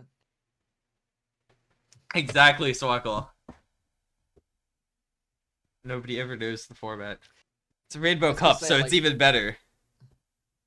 they're like, I was elected to lead, not to read. Yes. You were the salesman of AIs. Gotta upsell us. Do we have a different AI modifier for this game, or is it 1.1 again? Same as usual. Same As modifier, same AIs. These AIs have been performing great, I think. I mean, Yeah, I think they've been really good. the players went full crush on them, but they reacted decently. They made PD, they made good comm. They made gun and PD. I mean, what else can they realistically do? Not Yeah. only did they make gun and PD, but they also went for a counter with bombers Yeah. to pressure the base. Like, I feel like that's as good as you're gonna get. Yeah. That already would it's put them it's like 3v2. pretty high rating. Yeah. Yeah. There's no way Maybe they could have. Maybe they could have grouped up their comms. If it was a player, I think the first player would have retreated their comm to the second player's base. yeah. But since they're individually, I don't know how much team play they've actually got written into them. Yeah. Maybe if the other commander had come forward, might be effective. But I don't know. They still would have been outnumbered, and in Lowe's case, Lowe had a gun, so they would have been very outnumbered. But maybe they kill one player. I mean, they've got like some of the top players in the game bearing down upon them. There's not a lot they're going to be able to do realistically, Yes. unless they FTX have is like the perfect Zooey micro they sometimes do, where they like fire and move every single shot, and it's infuriating to deal with. yeah. FTX is calling you a clown. I must agree. I mean, he is playing for a team called the Clown Car. True. So- True. You tell him. So He's the car. Farbs is the clown. isn't it the other way around? I don't know. We'll have to see. Yeah, like maybe if you're getting old, you need to make the icons a bit clearer. Old people. Not all of us have got Ugh. this perfect eyesight, you know. Imagine. Who are we waiting for? We are not waiting for anyone. We are waiting for the players. They're waiting to stream Spyway. Nice. Oh, is Tagonist streaming? No idea. Thank you Some for of the players whoever. do stream. Oh yes, there you go, Swackle. Thank you, Swackle, carrying us as usual. So place your bets. Yes, place your bets. Place your bets, guys. And Do girls. we need an AI And- option? And people of indeterminate gender. Very inclusive. Thank you. Yeah, we'll keep this inclusive. It is 2023 after all. We're just waiting for No One Cares and Tagada to ready up. Yep. Taking a nice break. Very nice. M27 Waldland says he cannot join us, sadly. I have received DM. Okay. I need to tap out. Yes, best of 3 confirmed, best of 3.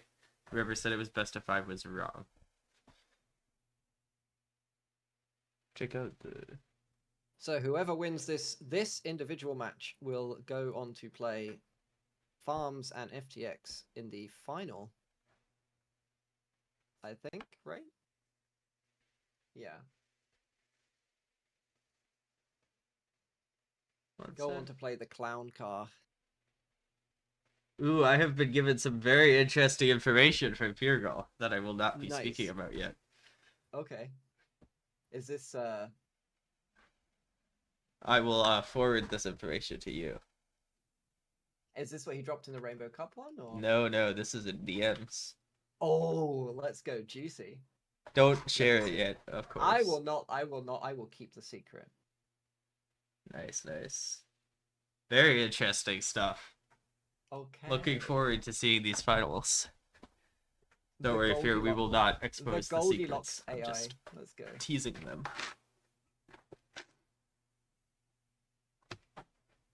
Oh, okay. Yeah, this map, alright. This is definitely right. this is going to be Going to be interesting. very dependent on the reclaim around these areas. Lots of the water. Lots of X's. There's so much reclaim on Yep. this map in the middle if it's the unless it's a modified one. Nah, it's definitely going to be lots of reclaim. The AI middle of this map is just plastered in wrecks. So, like dropping the middle water and building naval yards is pretty strong. My mother decided this is the perfect time to be vacuuming. Nice. That's wonderful. It wouldn't be a FAF live stream without something horrific in the background, Yeah. like a vacuum cleaner or a dog randomly. Yeah. barking. My dog last time. So bad. Like, what is it gonna be next fit, Spiky? Like, what else? Who are we gonna knows? have, like, interrupting. Just like somebody starts digging up the garden with like a pneumatic drill, like out the front of your house or something. Yeah. I'll get my parents to come and have like a loud argument or something. Like a fire truck pulls up with its siren. Oh yeah. Just hear like gunshots as there's like a shootout across the street. Do you live in Detroit or? No, I live in America. What are you talking about? Proud American. I know Detroit's obviously, but So the gunshots is a legitimate possibility. probably not. I'm mostly joking, but it is a possibility. Okay, game is starting at last. Let's go. This is the final deciding round of the runners-up match between Yes. SA Clan and Co. and the Swackle Crushers. Yes. And look at all that reclaim. We have 90,000 reclaim on this map. So much reclaim. Some big wrecks, lots of Yeah. small rocks. Even the small rocks are pretty valuable. The 30. The T3 naval yards looking pretty juicy. That is a Yeah. T2 mechs bought and paid for. Yeah. And yeah, a lot of the reclaim belongs to the AI. So how Yeah. players might want to try to steal that could be an interesting dynamic. We did Lots see in of the first pigs. game of we did see in the first round of this match that the AI, you could steal their reclaim if you were quick about getting to it. They didn't rush for it. Yeah. That could be quite valuable. Get that extra boost of reclaim. For players, we have Flowy in the dark red in backmost position. Bully position next to the AI or near the middle base, depending on the way you want to look at it. Those guys are Aeon and Sarah, respectively. Low UEF again. Near the nice. Knock a little salty from the T1 bombers. Yeah. But Bully and Slow are being very nice to the AIs. Yeah. So maybe that will influence its behavior. Yes, I mean, it definitely hopefully. would, but imagine if you could use Hawk no Jutsu and diplomacy with the AI, be nice to it and say, "Hey AI, Yeah. I will leave your mexes alone if you go and attack the other team." Yeah, like trades. You propose trades with the AI. That would be fun. So, Fugirl announcing that the finals will be a veto system of the current 15 maps and will be down to 6 maps. So the players will select the maps they want to play with the veto system. But that's for the final only. Yes. For Gingerbread, got Sarah. He's mirroring Zlo. We got Tagada down at the bottom mirroring Bully, UEF, and Naka's Cybrin in the middle area. Seems like top team has 2 hover players. Okay, I shouldn't say that. They technically have 3, but all 3 players can make because they got Riptides. Yeah, I mean, don't forget that the UEF can make Riptides. If you forget that Riptides exist, you're going to make FTX very upset in the chat. He loves the Riptides. But I don't see hover making too much of an impact here. That was a stupid thing. So what is the purpose of stacking a UEF on each team here? Is this for the shield boats? That's a good question. I'm honestly unsure. Maybe shield boats. I mean, no, because the shield boats would require T2 Navy. The only good thing about UEF is they have decent T3 Navy. Their T2 Navy is horrible. So probably not for Navy. Maybe they want to make the epic Janus. But Comrade Striker making a sad face after buffing the Valiant Destroyer and still having people call it garbage. Still the garbage for sure. But I mean, maybe Russia Battlecruiser, get some good value there. Battlecruiser is a pretty good unit. Indeed. Got a drop coming out for Slow going to mid with his trademarked 1 lab. Very nice. Bully just walking on Angie as his tag it up. Pretty good move. No one cares. Also dropping, but he is dropping Logan, the Paint AI's 3max expansion. That's not a good idea. Wait. Oh, I see. I was looking at the wrong player. That could work. But I would rather almost drop all the reclaim, steal the reclaim, and let the AI have the landmass, because there's no way you win that landmass. I don't know. I guess we'll see. The AI is going to go mad for it. The Yeah. AI is already walking its comm there, so that seems like an interesting choice there, Cotton. We'll see how it plays out for him. Yes. There's already an AI bomber hovering over where the drop is going to land, so Yeah, that's gonna be pretty brutal. Low making Navy factories do all the reclaim. FTX mentions that the reclaim might have been nerfed, but what he doesn't realize is that UD is not hosting this game, so it is not on like 5 times reclaim. Unfortunately. UD with the big boom making the boys. Clearly the superior way to play the map, but alas, not gonna happen. So we're stuck with this measly 20k reclaim in middle. I think Zlo has got the right idea here with the Navy spam in the middle. Yep. Get NGs out to get all that reclaim quickly. Proxy for Knock has not been denied yet, but there's an ACU right there. There's a bomber coming in. Let's see what the bomber does. Bomber gonna go for the 1 NG instead of the 4. That's kind of sad, but I mean, still all valid targets. Except he moves the engineers in. He Ooh. loses one for nothing. Sad. He loads the NGs back at the transport, moving them to get reclaim, I guess. Not a bad move.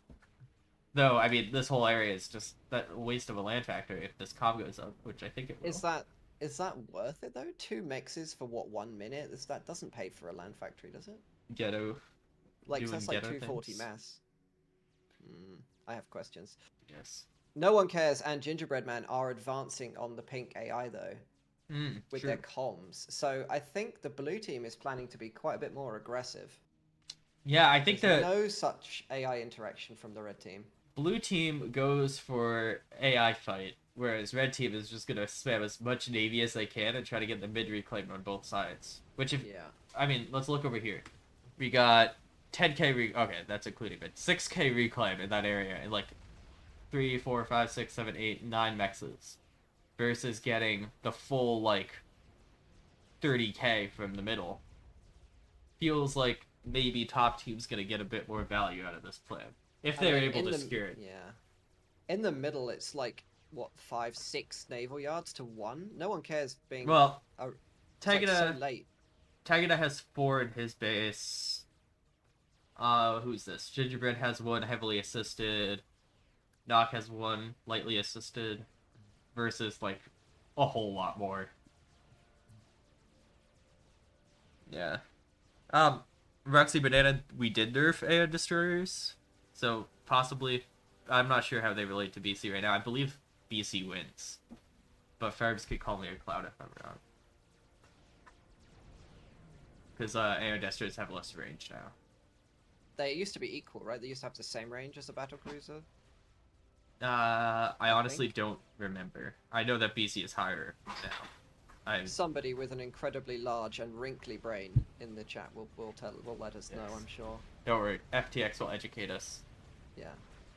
But yeah, I mean, looks pretty crushed for top team over here. Top team is gonna secure mid pretty easily, I think. Yeah, I think so too. I mean, AI is making Navy. That's something. AI is also trying to get the reclaim for mid, so that's also something. Tagada is on a little adventure to the island. He's going on holiday here. Yeah, big push here. Bottom team using their ACs super aggressively. Meanwhile, not the same for the other team. I mean, mirror stuff happening for Bully and Tagada, but that's a pretty safe move. Enemy AI walking through the water, threatening Zlow's base. See that? Potentially quite dangerous. Good part of bottom team's plan here is that they don't have to worry about an AI walking into their base and destroying them. Yeah. Navin is the green ACU here. I think he might actually be... He's walking in. He's going to basically attack Slow's base with his comm by himself. Is he going all the way? Yeah, he's going all the way. He's going in. I mean, Slow's there to defend. Slow's there to defend, so he should be fine. Hopefully he sees it and doesn't walk past. I mean, Navy still look... Yeah. Tagada fighting the AI on Navy instead of the enemy. That's going to be quite a hit. And he's losing frigates to a torp bomber as well, which is... Yeah. Well, I mean, Tor Power will die soon to AA. It's not the biggest of deals, but something. Okay, the AI all just the AA all just misses. Pretty nice. So my question is taking the middle of the map like this gives you a big advantage early on, but how much attention are you going to draw from the AIs for doing that? Well, if you look at what bottom team's doing, they're drawing more attention because they're actually fighting for the AI's expansion, right? So they're both teams are drawing attention. It's just that bottom team is not getting as much value for it. Unless maybe the AI will change up later though. Who knows? Yeah, the AI is nice and friendly at the start, but then you have to remember that the AI does not understand consent at all, and it will suddenly flip halfway through the game and start churning out experimentals. True. Though the AI I've And, experienced is not like the most deft at Navy micro, at least based off the last game, Sunday. But it seems to be using its frigates decently aggressively now, fighting Tagada. So maybe that'll change. yeah, I think the AI is only making one Navy factory each, which is a bit unusual. Slow walks past the ACU for the enemy. Which has got a gun range upgrade now. I don't think I like that idea. I mean, he could lose his base. He has nothing in his base, and it's a range comp, so it outrages the PD. It's just a matter of the AI deciding to push in. Which, look at the it changed. Look at the move order for the AI. It's going back. Weird. It's going in and then back. So it's reclaiming some NGs and then it's going back. So potentially AI just missing the opportunity to get value there. ACUs from the other players. Flowy seems to just be doing T3 air rush. Not a bad idea. Yep. Versus Knock, who is quite behind on that air rush, so will be interesting to see how that goes. No one cares hasn't started his T3 upgrade yet.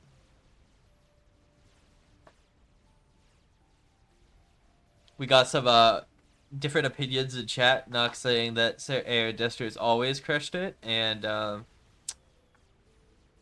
FTX saying that Air Dester has worked versus it. Interesting indecision.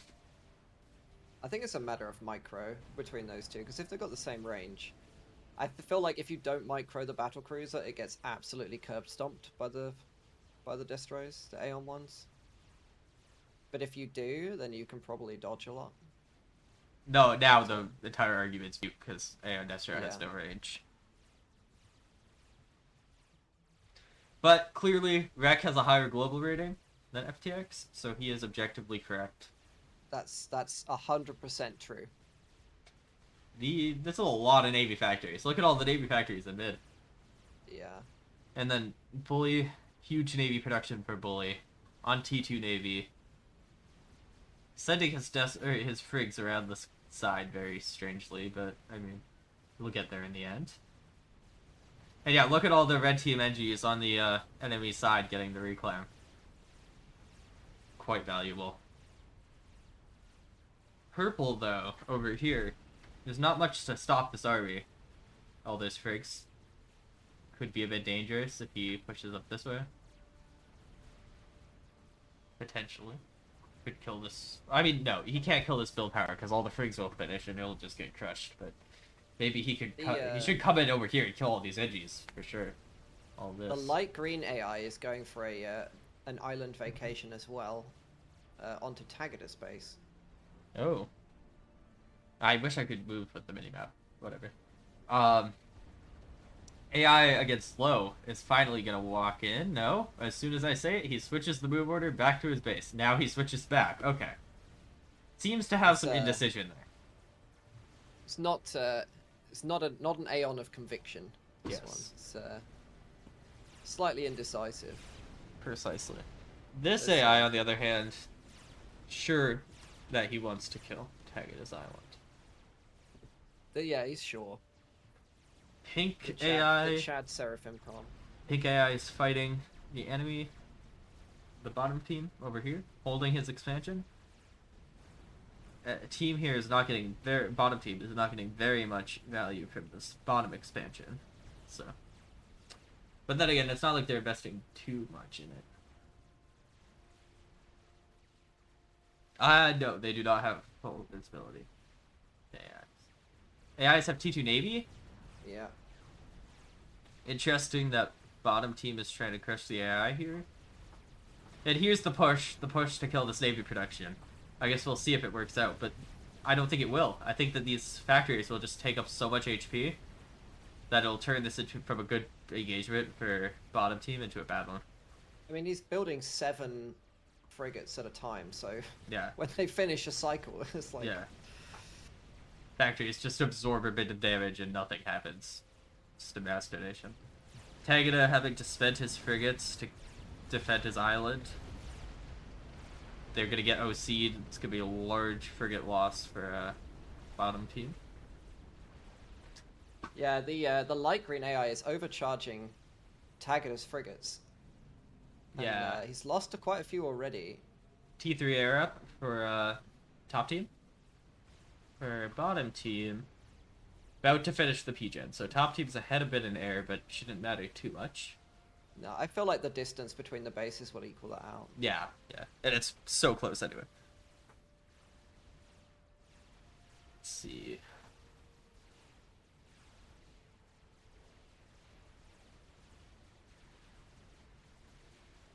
If I was saying Rek is objectively wrong about any statements he makes about team games. Yes. Poor Rek. I love bullying Rek. Both AIs, T2 Navy, making Yeah. some impact on the Navy game. Currently, both AIs are fighting Navy with the top team, because the top team has so much more Navy.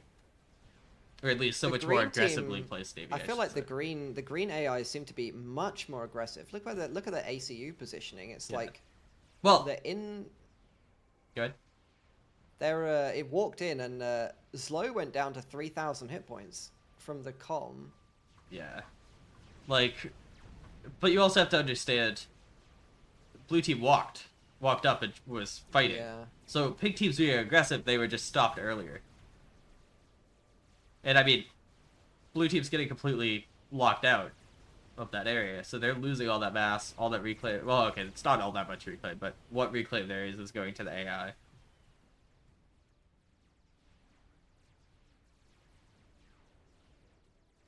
Yeah, not looking. I mean, I want to say not looking good for bottom team, but the AI is going to do good damage to top team, so maybe they can come back yeah. from the overall Navy deficit. The red team is actually losing frigates on both sides of the map to AI destroyers. Yeah, I mean, maybe locking the AI Navy could be a play, but then Tagada could just move in and get value there. AI might die. Green AI. Yeah, there's 2 torp Weird, bombers on puke him. green AI might die to port bombers. Meanwhile, that's the only interesting. Oh. We have a 1 minute called. A 1-minute pause from Floyd now. Very nice. So let's analyze the map. It's looking quite brown. That's my thoughts. Brown. Yes, I agree. As you can tell, I am a very intelligent player of FAF. Very brown. I concur. That is all. But in a commentary too. color way, not in any other way that could be get us banned from Twitch. Brown is a color. That is true. Correct. That's right. Second T2 PGen coming up for blue from Knock. No plans for that from the other team, except for that really Knock doesn't have enough air prod to spend a second PGen, so that seems like quite a mistake. Needs Well, to have. On top of that, no one cares. Got some other issues. They basically took their 2 comms up towards Pink, and Pink has gotten quite upset about that, and has decided to chase them out of town, as it were. Yeah, And that's... they're in full retreat, being chased by a swarm of angry Pink Auroras. Yes, Like little annoying bees. Yeah, those Auroras will get cleaned up pretty easily by the Navy, but at the same time, that means the Navy has to be here. Can't be doing anything else, so it does kind of hurt. Game continues. Seems like a nice lead ASF-wise for top team.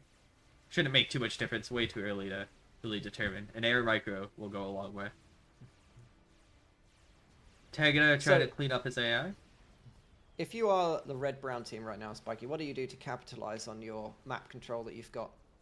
You've got more visibility of the map than anybody else, than the other teams. How do you capitalize on it? Maybe kill light pink. Maybe get all. Well, okay, it would full share, but if you could kill like light pink's main base, that's a T3 Vex direct. That's multiple T3 Vex. That's a lot of reclaim, and then you just boom with that eco into crushing Navy. I feel like the AIs on this map are quite weak to air. Yeah, that's fair actually. A Like torch at snipe this could point just in kill him. at this point in the first game, they had like quite a few ASF. Now Yeah. they've got almost nothing. They have nothing to stop. You're completely No. right. Maybe an air snipe on light pink, but then again, there's also full share, so you'd have to snipe both ACUs, which is a little more of an investment. But if they kill pink, it's going to take bottom team ages to actually attack the island because they don't have much production there. Bully could pretty easily, I think, drop the production and secure the reclaim. Seems like a viable option. South AI, Tagada doing the exact thing. He's trying to fight South AI, but he didn't manage to torp snipe.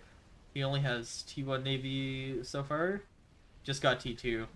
Probably going... No, not going BC. He's making beautiful UEF T2 Navy. That lovely Valiant. Gonna be so effective, of course. It looks very cool when it does the whole broadside thing. It just, yeah. So beautiful. It's a chonker. UEF love. But yeah, it definitely seems like an AI-based game here, because both players aren't really fighting each other, Navy-wise. I think if they were to fight, top team has a clear advantage, as long as they like make use of this fleet on this Bully's fleet, and who's it? Blows fleet. I mean, I feel like Zlo might be able to just push Navy in and just kill the purple naval yard. True, if they can push together, Navy in and kill Purple's production, they can then hit all the mexes. Yeah. Would be quite nice. That Force would probably Tagada end to the divert. game. Yeah. And I mean, air won't be very much of an option because pretty even on air.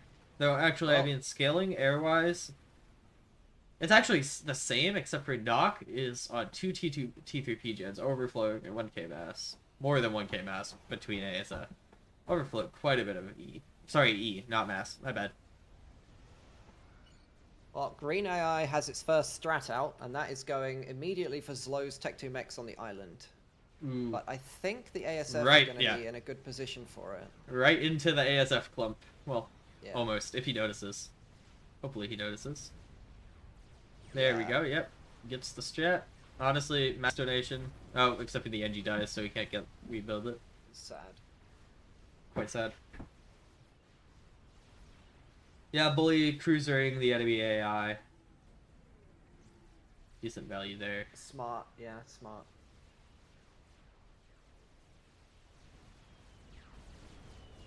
Tagada now attacking the AI Navy base. Tagada investing almost everything he's doing is against the AI, as is Bully right now. Bully, I think, might be the play to come down this way. Imagine if Zlo and Waffles just to go Yeah. and decide to sandwich Gingerbread Man's Navy right now. I It'd really be a should call massacre. Bully Waffle. It's a bit I mean, unclear. I feel like you should use their names in the game. Yeah. I'm just so used to Whenever not. I cast a game on YouTube, I call people I'm like, oh, this is Farms when their name is the Wheelie, and there's always loads of comments in it like, who is this Farms player? I don't see anyone called Farms in the Chama. game. I'm like, oh yeah, okay, buddy. I guess I'll just call them what their names are. Yes. Like FAF players bring it on themselves when they rename themselves every like 2 minutes. True. It's like a Zoomer attention spam thing. Have to rename yourself every week. And that is the sandwich that we kind of Yeah. semi-predicted. They're not really committed though. No. Because Well, imagine if they ran in there and then Gingerbread Man's ACU would be completely stuck. I mean, yeah, they have so much more. I didn't even comprehend how much more they have. They equal double Destro numbers. Bully alone has enough to crush through this. Zlo just adds extra. Oh yes, Rek did crush me once with T2 Cyber Navy, I think, on a Phantom. Or UEF, Navy. That was more of my skill issue, though. T3P jet about to die to cruisers. Hopefully it actually gets it. Yeah, they're going out of range, but they'll get it. Very nice. Oh, Poor AI. savaged. Meanwhile, these AIs haven't been getting rated, so they should be able to start RD. Yeah, they got some... I think RD. I thought I saw some RD. Yeah, they got RD over here. Should keep tagging it from pushing too hard. I don't get it. Why aren't they pushing? There's so much potential to push here. Well, Yeah, here they go. This is going to be a big Navy engage. Brutal push. I would get, like, transports with edgies ready. Reclaim this once they're done. How much mass in Navy do the teams have in this push? Lots. Let's see. Because there is a big shift G happening right now. My UI mod isn't working. That's very sad. That's a lot of frigates. That's a whole lot of Navy. Though Tagadist counter push here, potentially dangerous. Flowy has to move what little he has here. Slow should move this over. I think if these... Tagadist push can can potentially kill all the build power. Not really. Because he doesn't have much. He has 2 UEF Destros and a couple frigs. Well, yeah, as we said that, like, 1 round of production came out of out of Flowy space, and it's like 10 frigates. Exactly. This like, should be easily countered, and then... Though it's slow overreacting to the push from Tagada. Not willing to fully commit to killing Purple's production here. Seems like a bit of a blunder. I feel like Gingerbread Man is in trouble. I don't know if he knows it yet. I feel like the follow-up to this attack isn't going to be quite enough to end the game. They've pulled back. Zlo pulled back half his navy, so they're this might end up being a very expensive donation. Yeah, and that one cruiser they have is going to die, which is going to mean that everything out of Destro range isn't going to be attackable by the Navy once a win happens. It's quite bad. I think the cruiser might kill the Tech 2 naval yard, though. Yeah, right? the Destro gets out, and they get it. Yeah. I mean, yeah, it still seems like a clear win for top team. Actually, it almost looks like a draw now, which is so bad because they should be winning. They just overreacted so hard to Tagada's push. Oh, airfight. And what? Flowy No! got caught napping. Flowy is... No! Flowy got caught napping. He pulls, but he's behind. Oh, that's so sad. Terrible turns. No one cares. Gets a great couple of turns there. Yeah, that's deeply unfortunate for Flowy. I mean, it's low enough numbers that it's still a bit of a draw, but... They could have done so well out of that. Yeah, that's very sad. Now those Torps will just crush. Gingerbread Man is still just going for a stroll on the beach, casually there. Just pondering life. Why am I here? Just to suffer.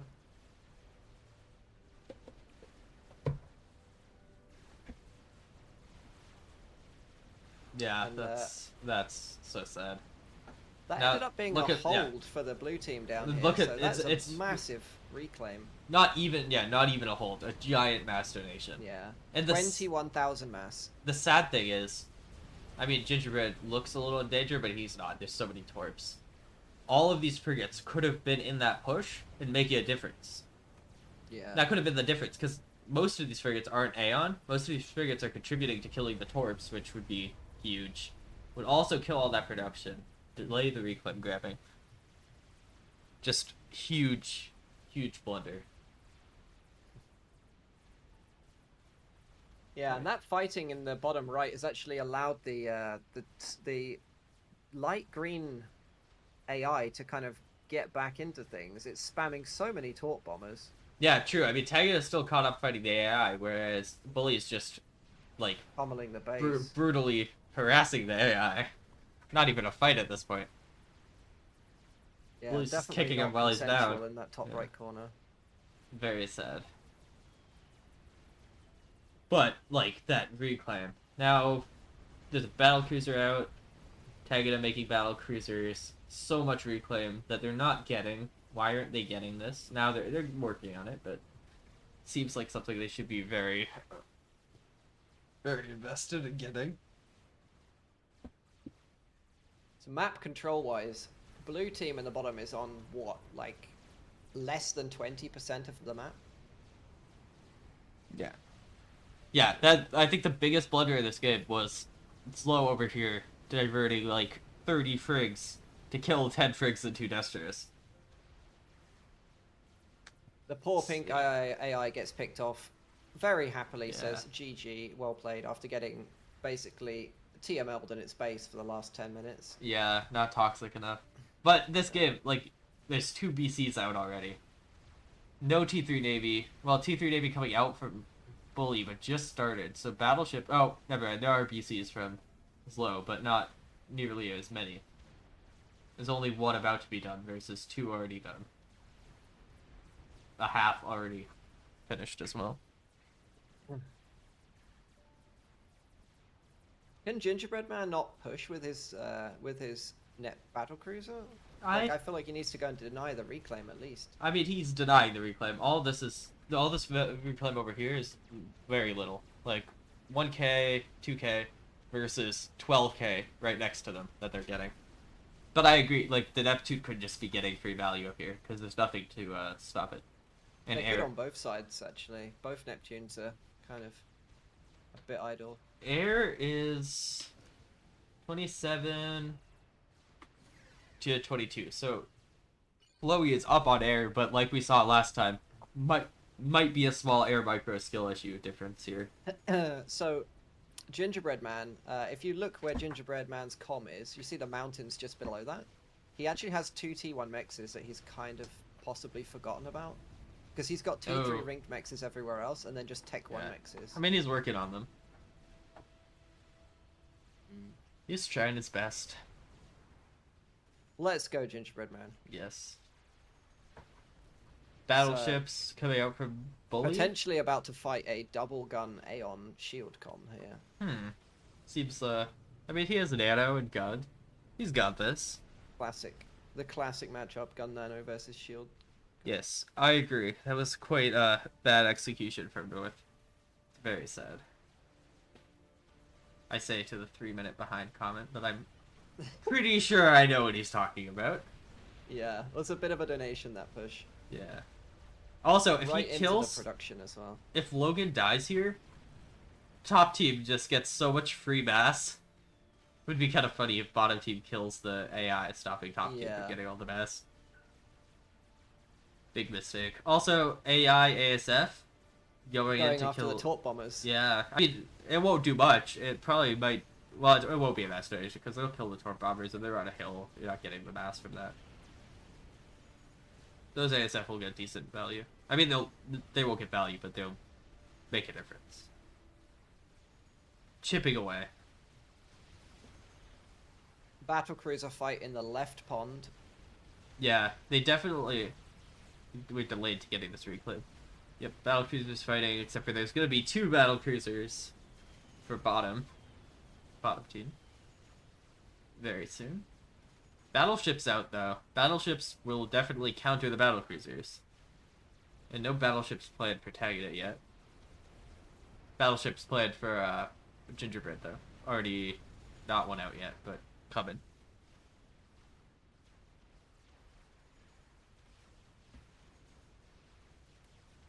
Let's see. Yeah, Bully is already reclaiming the AI base while the AI is alive. That's significant.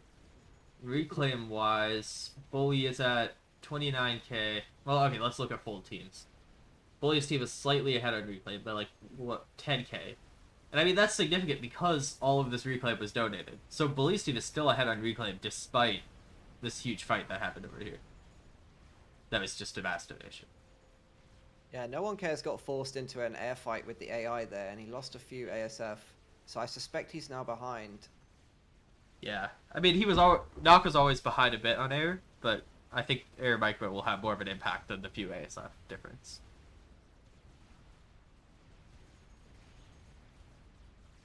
Another battlecruiser in a battleship idle in Zlow's base while they are desperately needed. They Very are sad. just they're, you know, like the museum ships that they have. It's just for the engineers to take a, Yes. you know, Increasing they're morale. defending- Yeah. Yeah, they're defending the naval production. It's inspiring the engineers to play That's better. right. Build That's right, work faster. harder. Yeah. Nock using his air to counter all these torps. It's a lot of torps. Yeah, can we get M27 to insta control K base? That would be something. Very toxic right there. His team does something wrong. Immediately control K's space. Pink AI is a bit exposed to. Maybe actually no, never mind. I was gonna say sniping the AI is an option, but they're gonna get this reclaim soon anyway, because base is dying. Bully is on. I was trying to avoid looking at mass income, but I think it's significant because Bully is on a fair bit more eco than Tagada here. So even though Tagada is stomping on Navy, Bully will eventually win, I think. At least in this naval field. Though now Bully is diverting some of his forces down to deal with Ginger. Air grid wise, 1, 2, 3, 4, 5, 6 air factories for Flowy versus 1, 2, 3, 4, 5, 6 equal air factories. Well, one more air factory for Nock. Pretty even.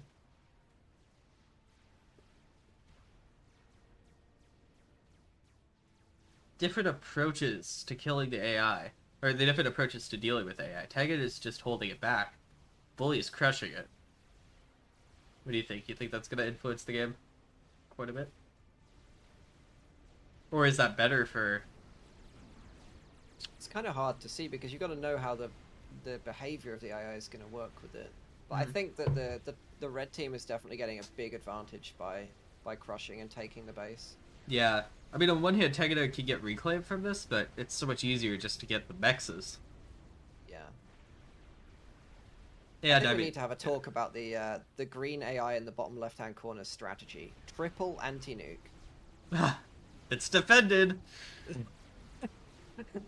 It's, I don't see not sure why any other it's decided anti-nukes. to do that this game. No other anti-nukes on the map, just those No. three. Triple anti-nuke. Quite interesting. Yeah, other pink AI is just getting crushed. I wonder if that's a response to Seraphim battleships. Possibly, actually. That makes sense. That would make sense, right? Kind of doesn't make sense, but also reasonable at the same time. No one cares. Stuck fighting the AI ASF again. Yes. I guess he gets the reclaim from it. That was right over his engineers. Yeah, he does. That is a good point. Pretty good for Knocker. Also, I mean, unless the ASF are being killed, they're vetting. There's 3 vet ASF in here. That reduces... Will he make air staging? He Yes, does. He's got a He's got he's plenty got of a air big staging. line of air staging. Good from him. Got more hybrid or UEF battleships coming out. There's a slightly lost destroyer from Gingerbread Man beaming a mechs in the top, right in the middle of all the navy. Oh, nice, yeah. Stall on his own It's, over here. living its best life there. Yes. It's about to get TML'd. Poor guy. Very sad. He did well. All of the eco for the AI slowly dying to the cruiser missiles. And Bully will have so much production up here, he could just send his NGs down, get all the reclaim. He's in the perfect spot for that. Just air grids expanding for, I think, both teams. Yes, both teams expanding their air grids.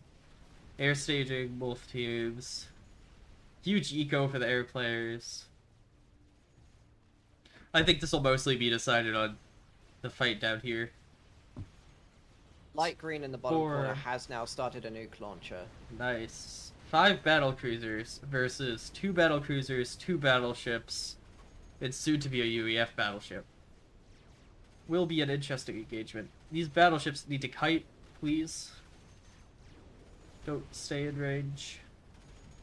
If they kite, they could win this. Also, Gingerbread coming in with more battleships and battlecruisers. This navy push looks quite dangerous. Yeah. Also, Bully's navy push also looks quite dangerous. Yeah. So Let's go base trade. Yeah. Nice push down this way. Versus nice push this way. Nice arrow. Very good artist, as you can see. All these battleships get a kite. If the battleships kite, I think they can hold here. Yeah. Because the BCs just won't be able to do anything. Though, I mean, there's, actually, there's no Sarah battleships in this group, so... Torps coming out? No cruisers. No cruisers, so the Torps should be decent. Unless there's an air fight, which could very well happen. Or he leaves the Torps exposed and they die for free. That could also happen. No, And it was seems a to be master happening. bait Yes. to bring them the ASF in. Yes, except for he's baiting the ASF in to kill AFK His ASF. own ASF. Yeah, it's not a very good bait.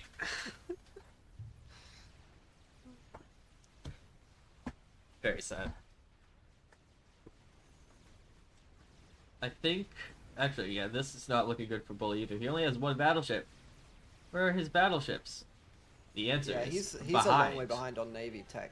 Like the volume of battleships. He's got 2 versus Yeah. 3 down here. Very unfortunate.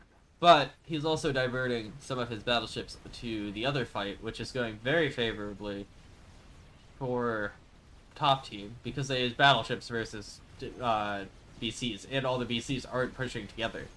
The BCs Yeah. are going in one by one into the battleship fire. Which are protected by shields. Yeah, and there's a BC behind the battleships, so the frigs won't do anything. And Torps, yeah. Oh, Overall, I don't think this is a very good engagement for Tagada. that was a bit of a charge of the battle cruiser brigade. Yeah. There. Counter well. mass donation. The best way to counter the mass donation given. Look at the filthy tech sharing. We've got Gingerbread Man with shield boats for his Seraphim Navy. Yes. Well, they're all sharing all sorts we of go. techs. Very logical. I mean, it is a tournament. You are allowed to try hard, right? Yes. You are allowed Also, to try you hard. want to be microing one area of Navy, not all over the place microing multiple navies. Does not seem like a good idea. Also, important to note, Green AI, like you said before, got a nuke, got lots of eco, lots of production. Both Green AIs. They have Started a T3 RT. plenty of SMT as well. Yeah. Very important to note. Meanwhile, 5 SMDs now. yeah. Meanwhile, Pink AI completely crushed. Yeah.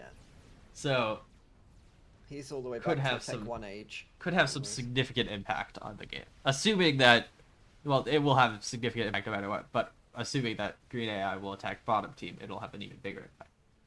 If Green AI attacks top team, that's gonna suck because Bully's been putting in so much effort to kill Pink.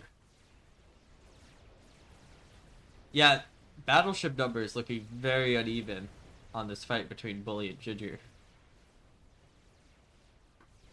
There is a lot of battleship production, so hopefully for Bully. Yeah, that he's will had to change. submerge all of his destroyers to stop them getting picked off. Yeah, maybe send those in. Yeah, he's sending them in. Gonna do some passive damage. Yeah, try and pick off the shield boats, I think, is a good move. Yeah. Or even just force it back a bit. That if he delays, he should be fine. Bully, though, he has an extra base of eco. Yeah. And all this mass that just went as low. Huge. So who do we think's going to win this one? I think we don't know yet. I think that objectively I kind of have to favor top team. But at the same time, bottom team or top team has also made some big Navy mistakes, like this mass donation down here. Who knows? Maybe Tagada will push through and get a win here. Those submerged destroyers, by the way, just killed all but one of the cruisers. Yeah, this will That was absolutely disgusting. Yup. Also, we saw air micro difference before. Nock has Sniper and ASF. Flowey does not, and Flowey seems to have a slightly disadvantaged air micro. So, unless it was a one-time thing. Maybe it was a one-time thing, maybe we won't see that again, but air could play a role here. Also, look at the AI air. The green air. That's a lot of ASF. Yeah, that's enough to... how many has he got? Yeah. It kind of is, it moves them quite weirdly, actually. It moves them in small groups almost. Yeah. Well, I mean, keep in mind it has to replicate a human air fight, and it does that through like Shift G individual enemy ASA. Because it can't do. I don't think it can do the circular movement like it could, like humans could do. I could be incorrect on that. Eco-wise, full T3. Everyone's full T3. Middle, not full T3 for bottom. Mostly T3 for top. And then got a full, partially T3, partially T2, partially T1 expansion. Yeah, the T3 mix is up in the top right-hand corner. Yeah. The it takes like 4 minutes or something for them to pay off, but Yeah. Can we I see? feel like that's gonna come up pretty good. AI for has the top not team. targeted the nuke. Well, talking of nukes, No One Cares also has a nuke. Ooh, very interesting. Just started though, so No anti-nuke though. nice. Uh-oh. Chloe also The just AI started. The AI will be loaded before him. Oh, that would be funny if the AI is safe. The AI has all the anti-nukes. Yeah, And it would be that's funny right. if the AI tries to nuke No One Cares because it sees the enemy nuke. But the Haggard are SMD, getting torped pretty heavily there. very unfortunate for him. But, All this reclaim for slow is so nice. Already taken it. Very quick to taking the reclaim. Getting the rest over here. Gingerbread Man is ground firing the destroyers. Smart. But also huge amount of APM. Yeah. Not really getting too many of them over there. Looking like a pretty stagnant game. There is not many battleships for Tagada, so I'd like to see Zlo use his battleship advantage Yeah. to maybe Well, the only thing put on that some pressure. Waffles, I feel like I have to call him that, is producing almost nothing but battleships right now since he lost all that tech. But still, production, look so- at the numbers of battleships for Ginger versus Bully. Yeah. Bully is still so behind. I'm gonna call him Bully because I cannot call him Waffle. Push, my man. You have the battleships. Bully also And, expanding building a bunch of T3 edges, maybe possibly slightly a washer, or he's building SMD. Yeah, it looks maybe like a washer. You know what No One Cares could do? He could drop NGs and make harms and SAMs if he wanted to really try hard. That sounds first of all expensive because they're not being bottom team isn't being held in one spot. Like he's not trying to defend, he's trying to attack because he has an advantage. At least Gingerbread does, and Taino looks about even. So you don't want to waste mass if it's not going to be somewhere you're defending from. Right? Agatha is losing all of his cruisers in the bottom hand corner. Very sad. But yeah, Tagada maybe doesn't have enough to push, but Tagada can definitely hold where he's at without any issue. Then Doc doesn't want to invest in other stuff other than air, because if he does, he'll be behind in air, and that could lose the game. Yes, Dirt mentioned it a while ago. T3 already started. Yeah. It's actually 30% right now. And But yeah, I think it's pretty certain that the bottom AI is going to go for Tagada. honestly, I mean, you never know for sure, yeah. but if it didn't, that's super bad for top teams since they put so much into killing the pig one. I guess we'll see though. the battleships are actually quite clumped up for Gingerbread Man right now. He might be taking double damage on some of them. He's far enough that I don't think he's taking double damage, and close enough that he's getting a good formation.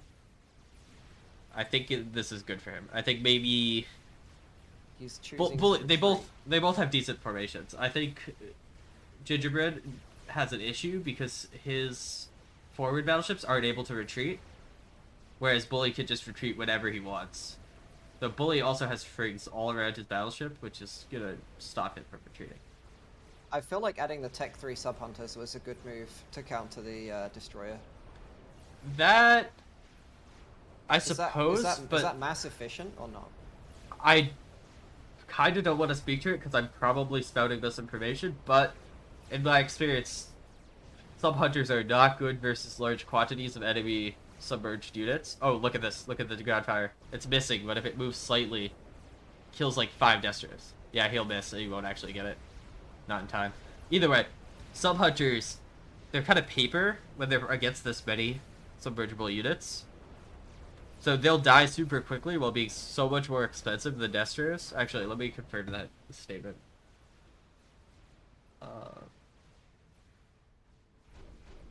Yeah, so sub-hunters, 3k versus... Okay, so they're slightly more expensive, and they don't get, like... They'll lose to the Destro clump. So I don't think that's a good move. Unless he kites. If he kites with the sub-hunters, it's good. That's, I believe, is the way you're supposed to play with the sub-hunters. You just kite them back and get value over time. Maybe, like, build 1 or 2 and get some value over time. Feel free. Battle really doesn't look like it's gone well for Gingerbread Man. Yeah, I think Bully is showing a bit better Navy micro here. Though he now needs to press his advantage. He's got a nice concave of battleships, though these ones are a bit odd. If somebody who's better at Navy micro wants to explain the sub-hunter dynamic a little better, feel free. I will correct myself. Anti-nuke is just about finished for Flowy.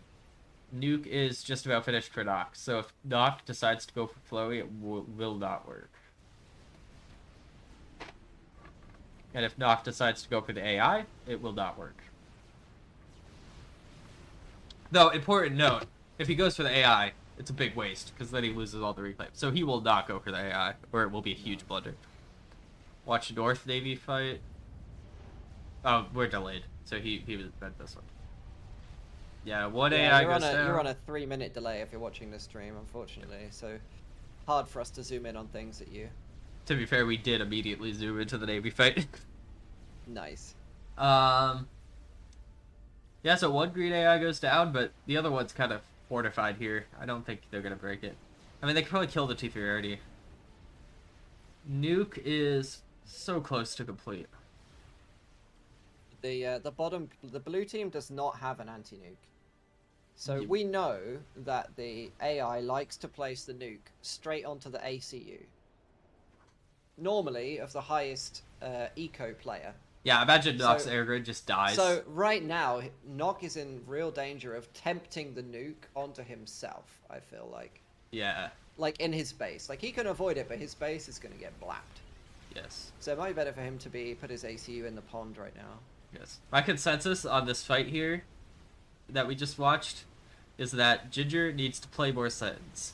That's my my conclusion. Yeah, but you think everybody needs to just play more Sentence. Hey. Yes. Okay, That was nuke out. the first thing you said to me. We were like, oh, you 1500 now? You need to play more Sentence. Yes. Nuke out. Probably going flowy. Or slow. Yeah, no, it's going for Slow's base. But slow will be His loaded, I anti-nuke think. is 80%. Oh, it's gonna be so close. It's gonna be super, super close. Let's see. Anti is... I want to watch it load. I can watch the nuke fly on the minimap. Oh, it's gonna be so very close. On a smaller map, I think the nuke lands. No, it will load in time. Yeah, unless he installs mass, nuke defense will load just in time, and that nuke will have been worthless. I mean, it forced the SMDs, but the AI already had a nuke, so the SMDs should have been made anyway.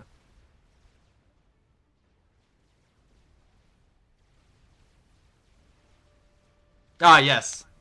Farbs confirms that the kiting with the kiting unit is important. Thank you.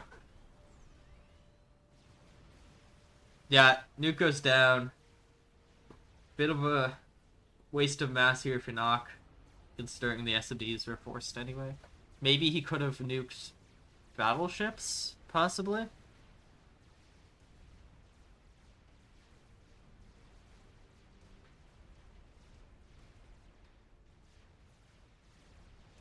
This fight over here for Tagada, not looking good. 4 battleships versus 6 plus 3 Sarah. I don't Well, really and like. also plus what's that, like 10 shield bows, 12, Yeah. 13 I shield mean, bows. both players have some shield boats, but you're right. Zlo has more. I don't at all like this formation from Zlo, though. He needs to make a nice concave. I keep hitting control instead of alt. Like, he needs to be like that versus this. Like Bully was doing up here. Bully not really applying pressure, but that's fine. He's just reclaiming, chilling. He'll be ahead in eco because he has this extra base.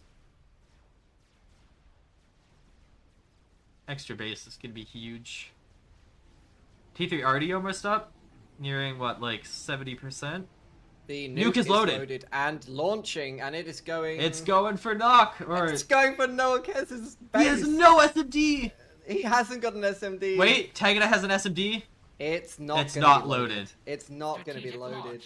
Knock. Bottom team are going to lose their whole air grid. Oh my god. And this I mean, is going to completely change the game. Now the question is, do you quit after this? What, and go out of the tournament? Yeah. No, you gotta so you play on, but it's so desperate because You will perish at my hand.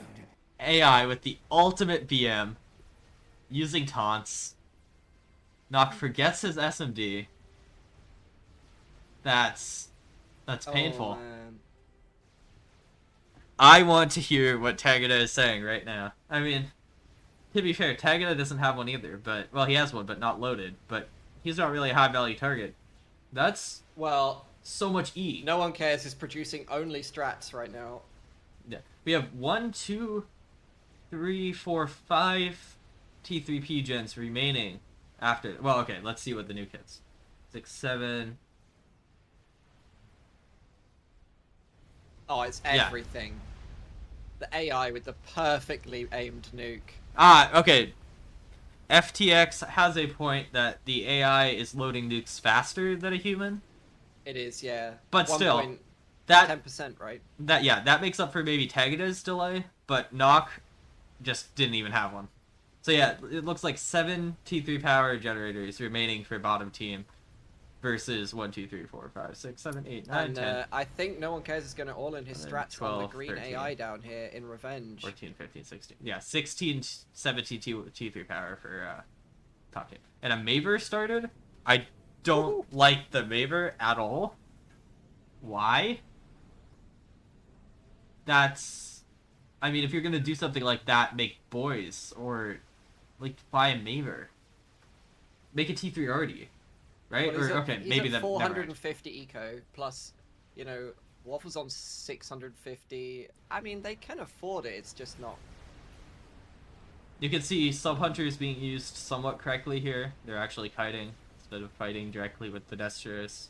If you look at green space, there's about to be a huge strat run. Green space. Nice, nice. Let's see what it can do. If only all of these SMDs were Sans. Will it kill the ACU? I don't think it will. Maybe, maybe. We'll see. It does. Nice. Green AI goes down. That's going to be a lot of reclaim for bottom team. Tagada is going to get there, right? He has to... That's a lot of reclaim. That's a nuke reclaim. Well, let's see when it let's see when it deletes itself. How much if is only gonna be the there? if only the RD left reclaim. Yeah. It's That so would close. be even more. Yeah, that is For 200? 250k. Oh boy. 250k. That is a Mavel's worth. And then yeah, that's more than both teams combined. Or no, not combined, but both teams' individual full reclaim amounts.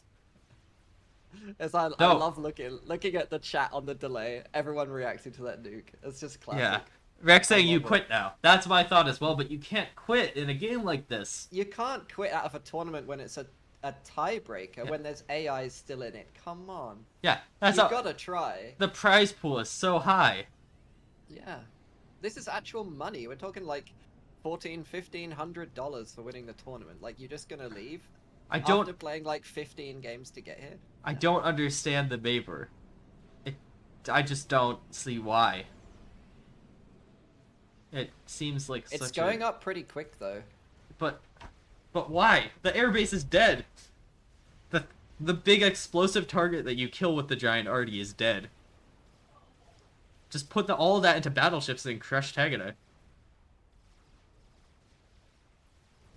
Nock is trying to rebuild his air grid, doing the From best scratch, he can. yeah. Chloe has, let's see, almost 440 to, yeah, he almost doubled the air now.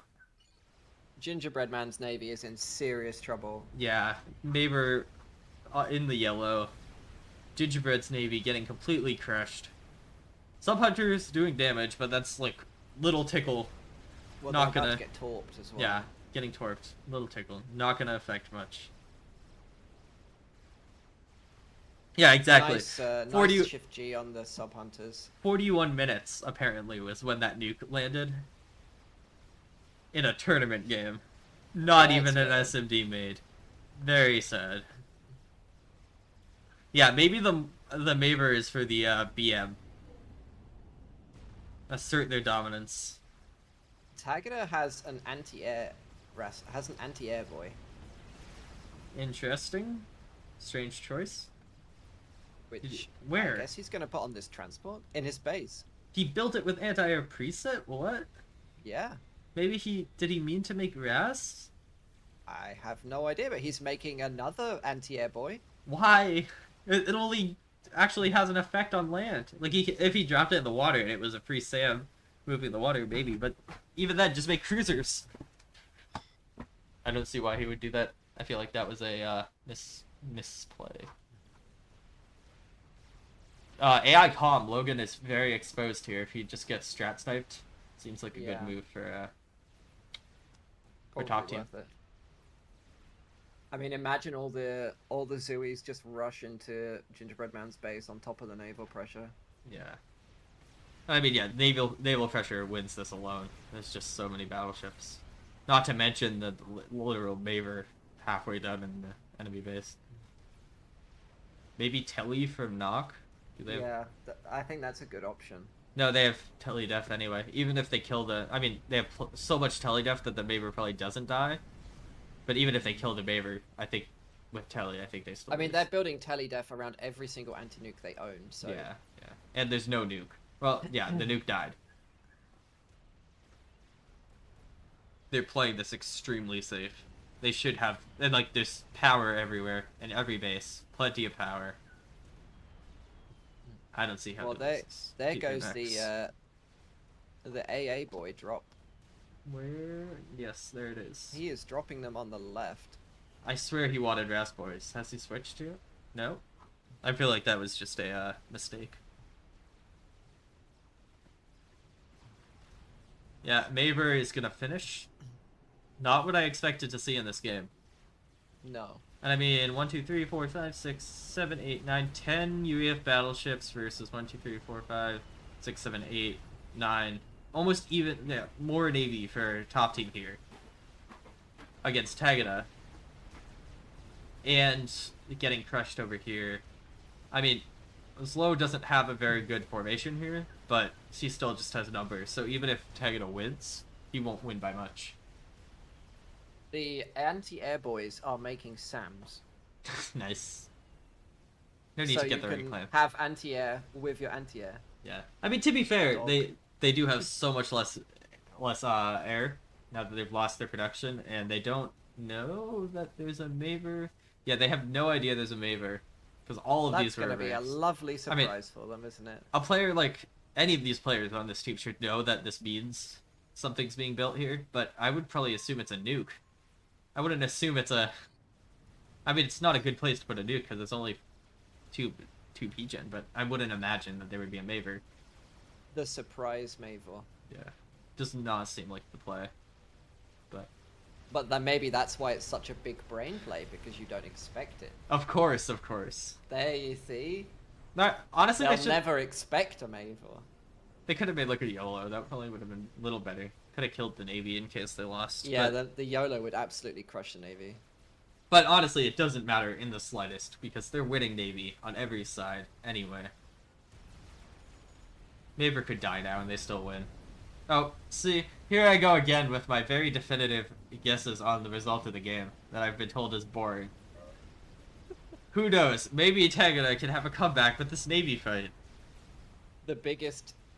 See, Tagada building harms. Harms good unit. Yeah, I mean, it might be a little bit late. true. Maybe he delays it. Not quite enough build power to get that harms done, I think. Ginger is re-pushing, hopefully diverting Bully's forces back from stomping on Tagada here. Laser coming up for knock, as expected. Yep, gotta do it. Ready to serve his purpose. Yep. No. Shield. So many shields. So many Lots T2 of Tech PD. 1 PD. Lots of T2 PD and Tech 1 PD. It's like, there's Yeah. very It's secure. almost as maybe. if they suspect no one cares would go laser. Yes. Based on his Canceling Telly. Seaton's play. Yes.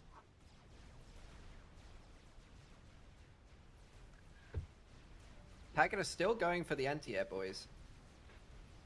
He has 5 of them now. This seems like a trend so far in Bully's team's gameplay. They play very carefully, and when they win, they take a long time to win, but they win very definitively. Which, I mean, in a I think tournament that's, setting? yeah, nothing wrong with that for tournament play, right? For sure. We always used to say, like, with some other RTS games, play StarCraft, like, if you're ahead, you don't need to take risks, just get more ahead. Yeah. No, then I you... feel like it's a safe... The faster you win, the less chance there is of the enemy somehow doing Coming some up with a lucky snipe, telly. yeah. Yeah. So there is an incentive to win quickly, but in this case, they're being so careful to avoid that scenario. I don't see a way they could snipe and win this. I mean, maybe they kill the Maver, delay the game a little more. The Mavor is targeting... Honestly, It could actually potentially one-shot, no one cares. I want You bets could on just if... get one-shotted out of the game immediately. Nice, that He's would got be so 10,000 funny. hit points and no shield. See, I want bets on Where whether is that the red ping? bottom team will quit when the Maver gets up. The attack ping is actually directly onto no one cares' com. With the Mabel. He They- could get one-shotted here. If this first shell is accurate, he just gets immediately deleted from the game. Bottom team sees the Maver, and then it's finished. Oh no. Here comes the shell. Let's watch this gloriousness. Most interesting thing happening in this game right now. No shields on the base. I'm watching the minimap to make sure I don't miss anything interesting, but it seems like this is the most interesting thing. First shell collides, Slightly too far. misses. Big L. Did it do damage? No, just no, it barely. missed him. Dodge, knock, dodge. Bonk.mp3. Prepares to telly. There he goes. Knock dies to a single Mabel shell. Bonk. And Tagada throws out the GG. I wonder why. The Great Depression cannon Yes. has been constructed. In this game, Knock is the MVP for not building an SMD at minute 40. Or is the AI the MVP for landing that nuke? True. That is a very good I mean, point. that was pretty game defining, that one. True. Yeah, imagine he went for a top team. It wouldn't have worked. The SMD was loaded, but would have made some difference. I see, the AI was just taking advantage of the Yeah. the way the players made their bases. Honestly, if Knock had made an SMD, even if it was unloaded, the AI might have not nuked there, seeing that there was an SMD. Might have made a difference. Are they still fighting? They're I still think so. fighting. Nice. Exactly. Classic tag and a GG, but continue. Should have known. There's no way. There's so many more battleships right here. So many more battleships on this side. Huge. Look at all this. Look at all this navy. Can get some epic cinematics. I mean, they own more of the map now, the blue team, since they've got the True, they're almost even on mass income, but every yeah, bit of the mass power. income's even. They're just down a Maven. Yeah, exactly. It's Down a that Maven. issue. And down navy. Yeah, there we go. Control K from Tagada. That's the GG. Yep. That was a good game. Good game. AI had a very interesting role in that game. Yeah. Wasn't overpowering. Wasn't. It wasn't, but But it does enough to. it did its job. It punished the Look lack of at SMD. Flowey with the offensive GG. Nice. Nice. Flurry worked very hard to make his beautiful Maver here. But yeah, that was a very nice game. Yeah. So win for Bully, who will go on to the finals. We play the Clown Car, which is the Farms FTX Wombo combo. The great duo. Hmm. My game will close. No. Okay, let's we gotta open. Where is it? Downloads. Clown car. I wonder if FTX will keep spamming the chat with disagreements whilst he's also in the final. That might get him a little bit disqualified. I'm gonna run to the bathroom and leave everyone to look at this beautiful clown car. I can say that word. Logo made by our own, very own Derp. Enjoy. I decided not to put it in OBS. I just opened the PNG viewer and have just displayed it for all to You see. just put Here. that on top of everything. Make it very It'll be up big. to the viewers who is the car and who is the clown. I will be right back. Can we get like a poll? Can we get a poll on who is the car and who is the clown? Then we gotta figure out what Nuggets is, but that will be after I use my bathroom break. I will be right back.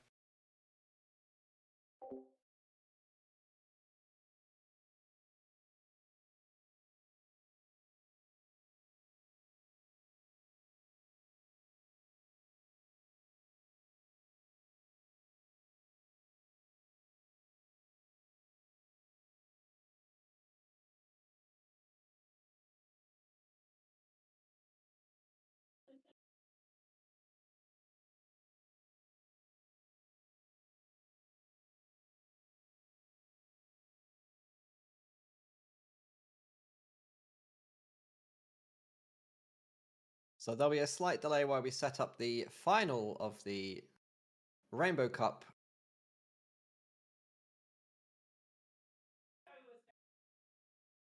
Just wait for the players to host the game. And it will be a best of 7 this time.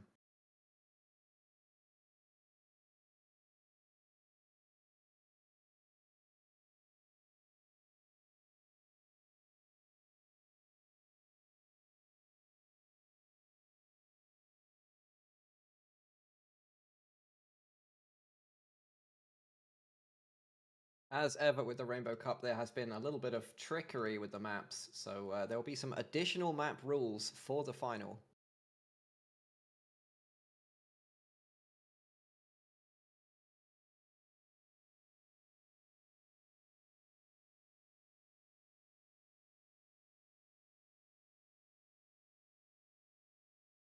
Beer Girl is going to be making a map ban system to prevent the players from sandboxing the finals games. So the AI will be a little bit more unpredictable. They won't be able to know exactly what it's going to do and when.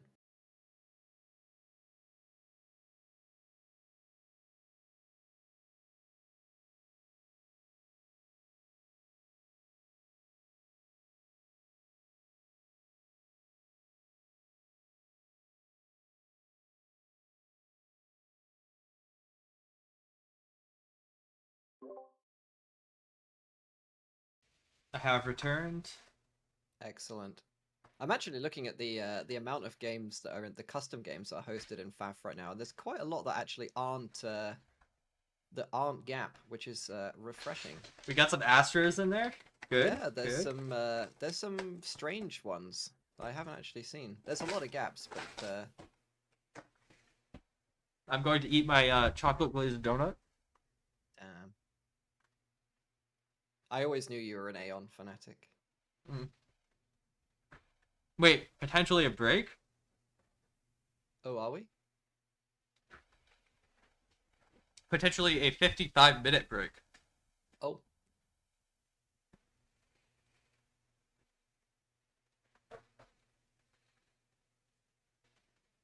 So, you want to play Sedans?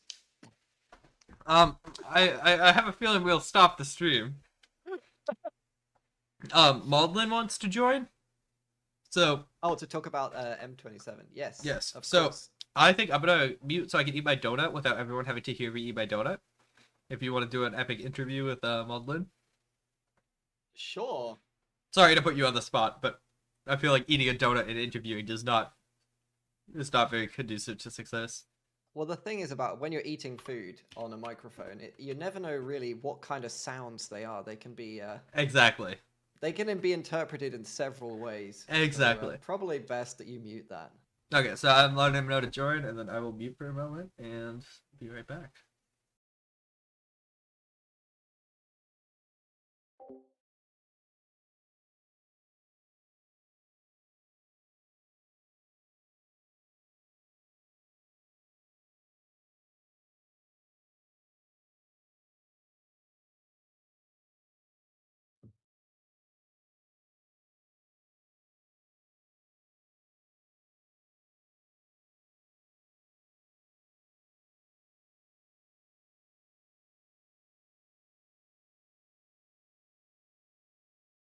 Yeah, the final is a best of 7.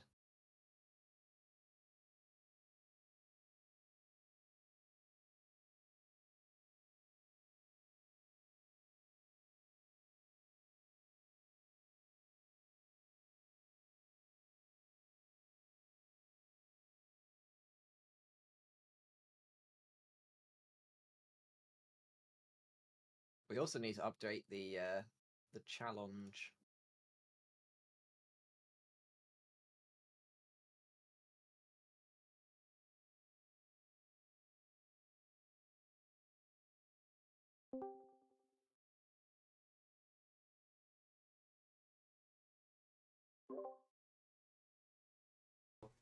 Join in on this. Excellent. The interview Welcome, as well. Maudlin. How are you? Welcome, Maudlin. Welcome to the FAF live stream. Hi, can you hear me? We can hear you. You're a bit quiet, but we can hear you. Okay, great. So you created the M27 AI that we have been enjoying watching it nuke people and try to gang up with Tech One bombers on people's comms. What kind of brought you into making an AI for FAF? What was the why did you decide to do that? I think one of the trigger points was a Supreme Computer Cup that Swackle ran probably a couple of years ago, which was just playing against the AI, and then that made me figure I'd have a go. I didn't expect to pursue it this long though, and then it just added to it bit by bit over time. So when you're making the AI and you're kind of deciding on what its behavior should be, what do you use to kind of like drive that? Do you have a plan, or do you just kind of like let it learn? How does it work? Yeah, sort of have a rough plan of what you want it to do, what you think will work well, usually keeping it simple, and then probably adding particular things that I think will work well in bits and pieces, and particularly sort of more recently or sort of last half year or so, it's been mainly driven by replay. So see a replay and there's usually a few big things it does wrong, and then add some code to try and make it improve on that for next time, and then it gets better bit by bit. And then that's usually, although not so much now, been combined with there's like a new feature or thing I wanted to do that I think could be fun that then gets added in as well. It's kind of iterative. You kind of go back and fix the bits where it's wrong. So it's kind of like a manual learning process that you take it through.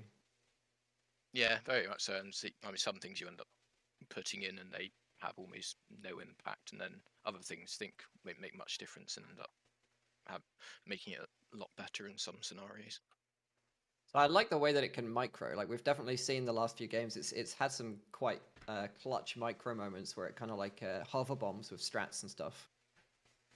How did you make it do that? Is that deliberate, or is that something that it kind of learned to do itself? Or No, it's deliberate. I mean, everything with it has to be sort of programmed in. So with hover bombing, it's also harder because it can't do the same commands that a normal player can. So it's sort of quite a bit of trial and error just to figure out the right sort of values to make it hover bomb. And even then, sometimes it doesn't pull it off, and it tries to hover bomb and still only gets the one bomb off. And of course, it's also dangerous with the hover bombing because when you do it, the particularly strategic bombers become a lot easier to hit with anti-air. So then Mm. you're taking a risk that they can get the second bomb off rather than just dying where they would have survived before. Yeah, that would be unfortunate. We saw some good ones last yeah, game. definitely did some good ones. Game before last Yeah. game. So do you Yeah, feel managed like to get it's 2 off, I stronger think, on a? no one cares. That one, Do you which was think fun. Sorry, do you feel like it's stronger on a bigger map or a smaller map? I'm not sure. I mean, I think it's probably easiest to kill on a 5k map, but between a 10k and 20k, I'm not sure. I mean, the advantage it has on a 20k is just it can micromanage everything all over the map at once, but it's also where some of its decisions might struggle a bit, and it finds it harder to gain map control. Whereas a 10k, it's better able to do that. So I'm not actually sure. I think it's probably more it fares better on certain types of maps than others. So maps with lots of islands that are important to claim, it's not so good on. Whereas it's more just standard land map or map where it's all sort of one big land mass, even if there might be navy, it tends to do a bit better on. It definitely feels like it's quite aggressive with its air. It kind of balls up its ASF and goes in for people. But with the navy, it stays with one naval yard and it's quite easy to deny the navy. We've seen the players deny its navy a few times now. Yeah, navy is definitely a weakness for it. I mean, it's generally, I think, for all the AI, relatively navy tends to be their weakest point. It's really hard to get right because you can end up with the AI trying to get navy too soon when it doesn't have the economy. Yeah, what we saw like in past tournaments, what we saw today was ages ahead of what I've seen ever before. What I've ever seen before with Navy. Very well done. With especially that last game where it was actually like having such an impact with its frigs versus Tagada. That was pretty cool. Yeah, I think it was an earlier one. I think it's Dual Italy. I mean, it ended up losing navy on the bottom, but there it managed to hold on for a long time, which is a lot longer than I was expecting to do. Because I was expecting it would just get crushed by humans that know what they're doing with navy, but in some cases it has managed to hold on. But yeah, I mean, it's tough. And the other one, it doesn't work so well on team games like this, where it's sort of multiple teams, because it tries to sort of play more conservatively with navy if it thinks it's behind, but it's sort of taking into account every enemy player's team when it does that. So with sort of potentially 2 or 3 other teams, it's going to well, it's probably going to more just wait until it's attacked. I see. Interesting. Important question. Why did it decide to nuke Knock? What's the logic for nuking targets? Is it just that it was on his side, or was it because he didn't have an SMD? I'm assuming you were watching. Yes, Right? you didn't have that. Nice. Yeah, no, that was one of my. I think one remaining goal I was hoping for the AI would be that it could land one of its nukes this tournament, which it did. So I'm happy with that. Very But nice. it's basically because it didn't get an SMD, so it's one of the areas it doesn't factor in sort of teams so much. Some of the logic will it'll pick a player and it will try and sort of focus down that player, and then it will sort of overlay that with some sort of more sort of team-wide logic. But in the case of nukes, it will just focus on where it thinks the nuke will deal the most damage and go for that most of the time. So Nock didn't have an SMD, so it would have picked that out and nuked his base. What? No SMD plus full air grid. What? So is it like a weighting system? So like it noticed the SMD plus the lack of SMD plus it had good value, or does it check for SMDs first and then goes for the highest value target essentially with that goes through particular types of structure. They'll probably focus on sort of experimental and Tech 3 structures, go through all of them and figure out are there any it can target where it doesn't think it will be hit by an SMD. And it could get that wrong if it's not managed to scout an SMD, or if it thinks an SMD won't be loaded because it's only just been built, but the players managed to assist it with loads of build power. But probably also work out what targets it can hit without being intercepted by an SMD, and then figure out where to place a nuke and how much damage that nuke will deal, and then go for the one that deals the most damage. Very cool. The taunts that it does when it thinks it's gonna land some real damage are extremely popular in the chat. Yes, that was beautiful. I love the fact that it starts off being nice and friendly, and then the moment it thinks it's gonna win, it just BMs you out of the game. It's brilliant. Yeah, they're fun to see, although it's also tricky because when you put them in, you think if a particular scenario happens, then the AI must be doing well. But it's probably last Rainbow Cup, it triggered some taunts where the AI was about to die and it managed to kill something decently when taunting, thinking it had the upper hand. So it doesn't always work, but it's great fun to see when it does trigger.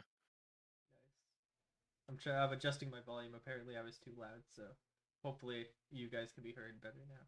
Sorry about that. So is there anything you'd like to see it do in the final?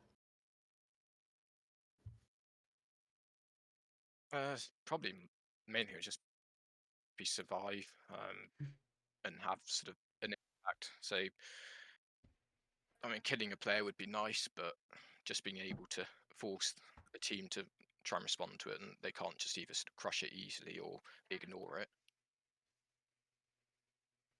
Cool. Have you got any plans for stuff upcoming for M27? Is there a roadmap? Is there some cool features that are coming, Or M28? is it going to change Yeah, its not name? so Is it going much to be for 28? Yeah, I mean M27. I'm not doing much work on that. It's mainly just if particular issues arise, and I'll try and change them. Most of my time at the moment is focused on M288, which will be standalone AI to M27, and it's probably aimed more at working slightly better in sort of team game environments and also running faster, because M27 can struggle a bit, particularly with sort of high unit counts and large player numbers. So That is there true. will We be a did new actually AI see that -3 the last time the clown car played. That's true. yeah, and that is a worry for Pyrex. I think that one of their team might have a worse CPU than the last game. It seemed to work pretty well. I think it's quite late on that it dropped down to -1, but my worry is a worse CPU Yeah, overall pretty fast though. might hurt it. Yeah, I mean, I think that's largely thanks to all the great work Chip's done at making the game run quicker. It's made it a lot easier then to have AI on sort of large games without the game slowing to a crawl. For sure. I mean, I'm going to continue cheering for the AI every game because I think it's hilarious. It's just great to see good players getting chunked down by the AI and getting their mexes bombed by something with infinite APM. I think it's really funny to watch. Yes, So when will we have the performance for every T1 bomber to be hover bombed perfectly? yeah. That's what I want to see. I suspect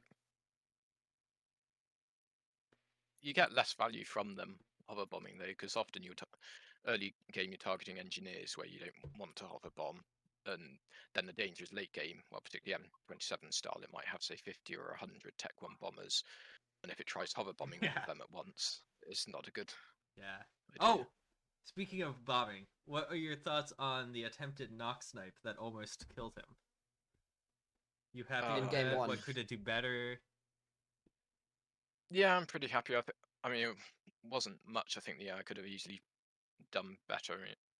Well, Yeah. it could if it was a human, but in terms of its logic, I couldn't really fault him. It could Yeah, have I thought it was very well like well have executed. managed the kill. Like it And I went for think the if Tech it's 1 bomber, strat, like the mass Tech 1 bombers, and then when that failed, it had a strat and it locked on. It's like I know I can do damage with the strat. So it was clearly like linking those two things, which was very cool. Yes. yeah. So even though it didn't get the kill, I was still happy to see it, and it got very close to the kill. It was pretty close, yeah. Yeah. What that was about the very well played. one thing we've kind of seen is that it won't go for transports. Does it know the value of what's on a transport? Because at one point it could have sniped somebody's ACU that was on a transport, but it just didn't lock it, even though it was very close. No, and that's something that, well, for a while, although was patched some time ago as a vulnerability for it, because the way it sort of sees units it will differentiate between land and air units. So if a certainly historically, if a transport had units on it, then it would just see there were land units nearby and worry about a land threat. So you could get a gunship it and it wouldn't respond properly. Ah. That has been patched now, in case, well, at least I People hope are it still works, listening. because it's not something you tend to see often. Yeah, it was patched. So I'm hoping it doesn't suddenly get ghetto rushed in the next games. But yeah, something like an AC on a transport, you'd have to specifically code that in. It could be done, but the way it works at the moment, it won't. It'll just know there's an ACU there.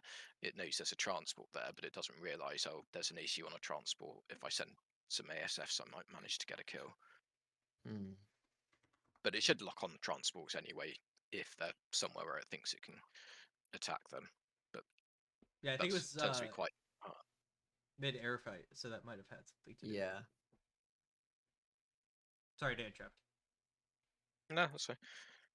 It's something that's really hard as well to get right with the air logic. I think I was quite lucky with the code I put in place originally because I was just put in some fairly basic placeholder and I only needed to tweak it a bit, and it seems to work most of the time. You still get cases where it will just throw away all of its ASS on a fight or send them to attack something that's not of good value, but given the number of opportunities or decisions it would be making in the game on whether to attack or not, it does better than I thought it would in the end. But I'm never going to be able to get it to replicate the sort of human, like sort of ball and turning or big blob sort of combat. Yes. Interesting. Yeah. Yeah, I thought it was very good with working together with its air, and generally working together with the separate AIs. I was Yeah, very that was impressed funny by to that. see when it looked like it lost the one fight, and then you zoomed out, and there's a massive swarm of ASFs coming to help turn the battle. Yeah. I think that was the last game. It Yeah, did just get bullied 2 in the games ago. smaller smaller map where the players kind of ganged up on it 3v2. It did get bullied a bit there. Even though the Yeah. decisions it made weren't necessarily bad, like it tried to make PD and gun, but yeah, it still got kind of bullied in that one. Well, to be fair, it was at a disadvantage today. Down a player, so. Would it ever think about using both of the comms on a team together?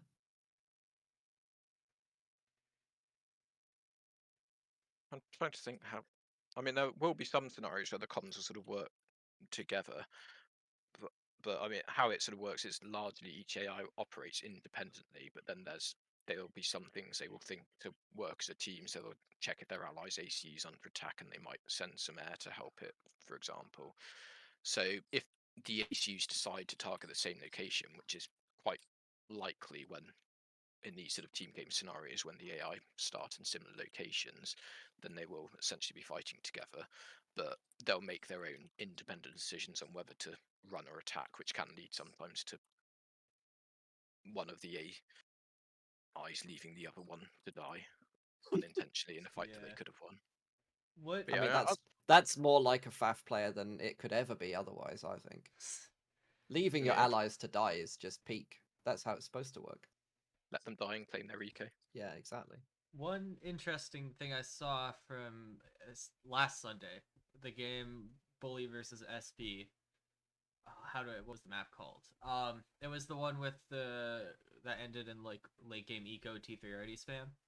Do you recall? Yeah, River of Harmony. I think it was that one. Yeah. Where that one of the pink AIs died with AA right behind it. Do you have any any plans on improving its defense against snipes like that, where it's kind of it just dies for free because of missing something like that? Or have you kind of done all you can? Because it's much better now. It like has flak by its ACU and stuff, so it's trying. But do you think that's an area it can improve in, or is that kind of impossible at this point? It could improve slightly, not massively. I think it's got. I mean, there's also sort of a bug I realised with the mobile anti-air would sort of get very scared and run away when it shouldn't do in some scenarios. But I think one challenge is the way this logic works, which I'd have to put in specific code, and I'm not sure yet that it warrants it, is it will value units based on their mass cost. So it will see like 3 Tech 1 mobile anti-air as being similar in defensive value as 1 Tech 2 mobile anti-air, when usually the flak is going to be a lot better because of the area effect and it does better damage. So there are some sort of flaws that could be improved on with that, and getting more of as soon as it gets Tech 2 land to get more flak and maybe send the Tech 1 anti-air back to base to be reclaimed. But that sort of logic is a lot harder in terms of sending something to be killed for reclaim. Interesting. That's cool.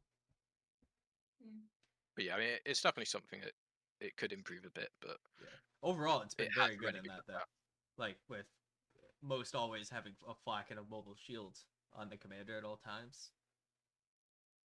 Very impressive. Yeah, The mobile shield's very good. I mean, as a player myself, I never have the attention to actually use mobile shields, but for the AI, they're very effective at helping it. For sure. What was the AI thinking in the last game? The light green AI kept walking into its opponent's base, but then walking back out into the sea, and it kept walking in and out and in and out, but not achieving very much. It's like it was kind of like confused about the value of going forwards or coming back. Do you know what it was thinking, or? If I was to guess, it's that probably had full health at the time, so it wanted to do something with the ACU, cause a bit of damage, and then when it got near, it thought, oh, if I commit to this, I'm probably going to die, so it would go back out, and then it would see, oh, there's a nearby threat, I'm going to go back in and try and kill that and get into a slight loop that way. It struggles a bit more on the sort of naval type maps where it's slightly different logic for attacking players as well. But Because of I the think it's water, and it pops in and out. yeah, Or- and M2 it's not so good at you sort of mixing land units with water, so the ACU might often go across go deep in the water to attack somewhere, and then it's vulnerable to being killed by a load of submarines, for example, and or it could have just if it had gone on the land, it would have been able to support land units, but it would just take a straight line path to get somewhere, and it might be that takes it through water instead of a sort of more normal route. But yeah, I think in that it was just it claimed all the nearby mexes on its island, so then it was it didn't feel under any particular danger, so it wanted to try and do a bit more, and wasn't actually able to do that much. Hmm. But yeah, ACU logic is probably the hardest thing. It's certainly the area M2007 I've spent the most time on, and yet it still will make stupid moves or do things that could be improved. But it's so hard to get the right balance between being aggressive enough that you make use of the ACU early on and not being so aggressive that it's just easy to be killed by the other player later on. And you certainly saw that on the that game you're talking about, the River of Harmony, where I think the pink AI, I think it's pink, was in a strong position economically, and yet it managed to suddenly lose both of its ACUs and its entire base as a result. Yeah. Snipes can be quite brutal, but overall, like compared to how it was last few Rainbow Cups, I think it's much better now. Yeah, I think the AI has genuinely influenced most of the games in some way. Even when the players have kind of ganged up on it, there's been a bit of a difference in how quickly they've been able to kill them on each side. So Yeah, let's and the go other thing I was AI. pleased with was I think it was a dual Italy game. So the AI didn't have any mod, and yet I think on the one side it was able to hold on for a long time against Navy attack, and then the other side of it, well, not only survived but managed to still get a player kill. I think. I think it Oh, walked that a one. spider into the back of the airbase at the end. Into Yeah, it might SB's have managed base. 2 kills had it got Yeah. the logic Mm. a bit better, but unfortunately it switched targets at the last moment and then ended up just the one. But yeah, that's still Yeah. That good. game was interesting from an AI perspective because it had a big impact, even though its navy kind of didn't do much. It like clumped all its navy. It didn't push.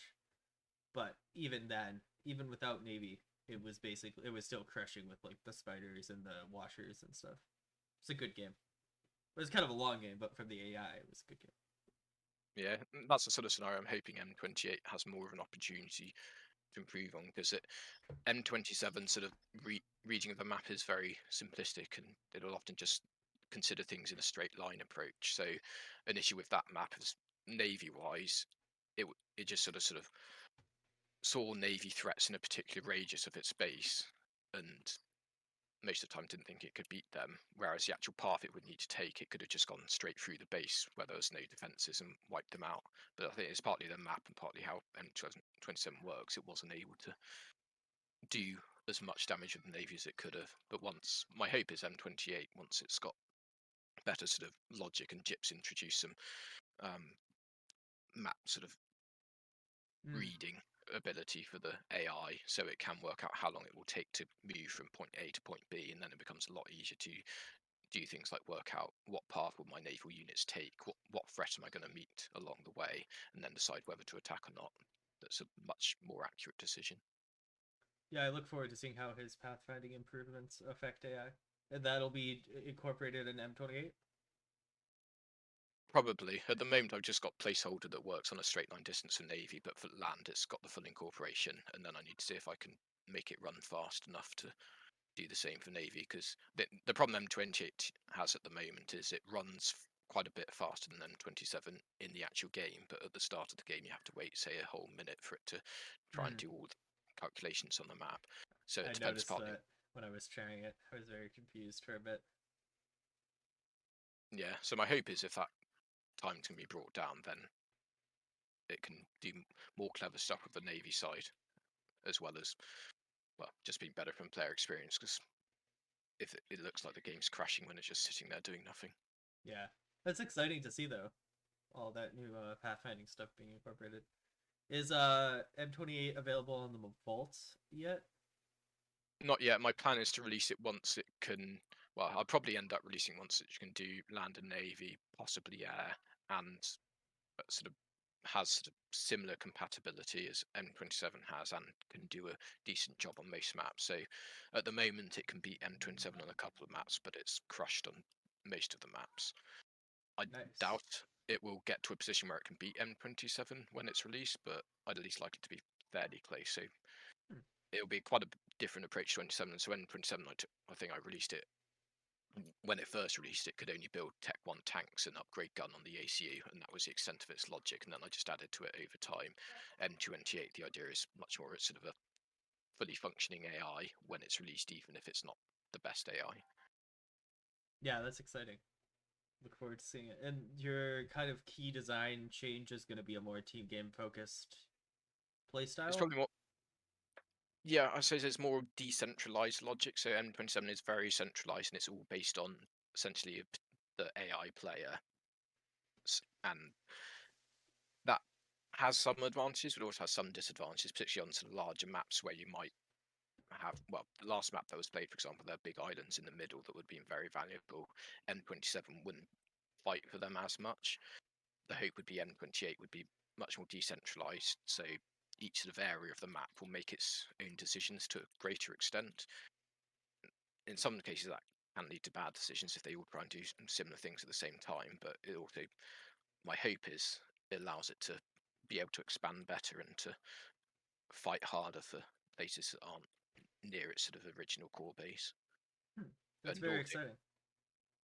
yeah, and from a teamwork perspective, the main benefit as well is M27 manages units on a player-by-player basis, and then you have to try and code in particular exceptions. So, for example, it's only very recently that it learned how to gift a mobile shield to a Cybram teammate, as an example. But that sort of stuff wouldn't happen naturally. Whereas M28, it manages all the units on a team-wide basis, so it should make the best use of a particular unit mix, regardless of how that unit mix is split between players. So it's something that human players couldn't do, but other than just gifting the units to one player to manage them all. But it should hopefully work slightly better with the coordination in that respect. Imagine it gives hives and then starts a Mavar. Yikes. Will M27 actually work on a game ender if it gets far enough into the game? It should do, yeah, and the chances of it will vary based on maps. I mean, if you start up an 80k map, then I'd have thought it's very likely it will start building a game ender very soon.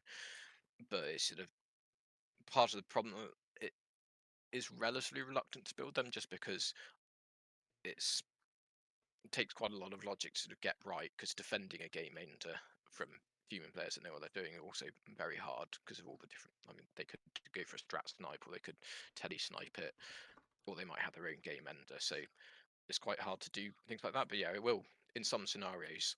I think it's probably unlikely we'd see them in this tournament, but I mean, it's still possible that it can go for a game ender, mainly just if it's got really high eco and thinks it can afford one. And it's also more likely to on a large map where T3 RT can't reach the enemy, then it'll go for a game ender because it's got the better range. Interesting.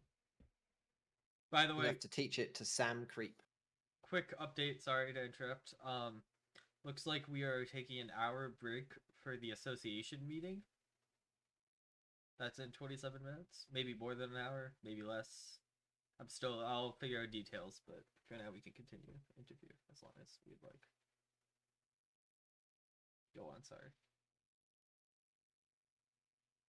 I think I'd finished my train of thought. Do you want to drop the stream down for an hour and then bring it back up? That's. Or do we want to... I figured that would be the approach. Yeah, that seems like it Um, makes the most sense. Let me confirm with Fear Girl.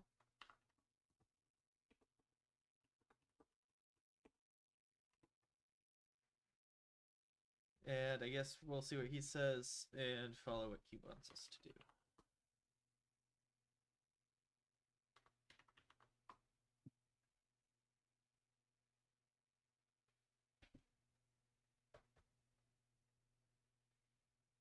In the meantime, we got Snake. No, it's so laggy because I'm on stream. It's funny. Meeting time. Is that 6 p.m. Yeah, so what, like 1 hour? UTC? Or half an Yeah, hour. so Half an hour from now. yeah, so 25 minutes, and then they need half an hour to make whatever decisions they're gonna do. Yep. And then we will join the finals, I guess. Why is this scheduled for the same time? I want to see what this person wrote, but it's blocked.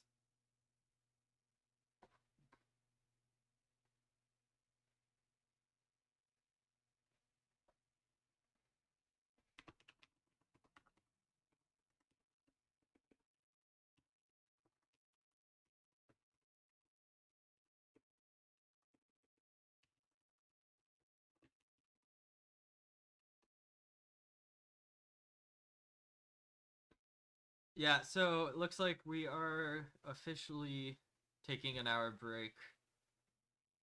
Okay. Probably gonna end stream for an hour, waiting for the final say from Fear Goal. Then So do we want to relaunch? Do we want to say the finals is going to be at, say, 7 p.m. UTC? Give us plenty of time, or... So, I need to figure out the time zones. PC time. Okay, so it's 5 now. Meeting starts at 6, so yeah, probably around 7 or maybe 6:30. Okay. Sometime between then is probably when things are gonna be back. Okay.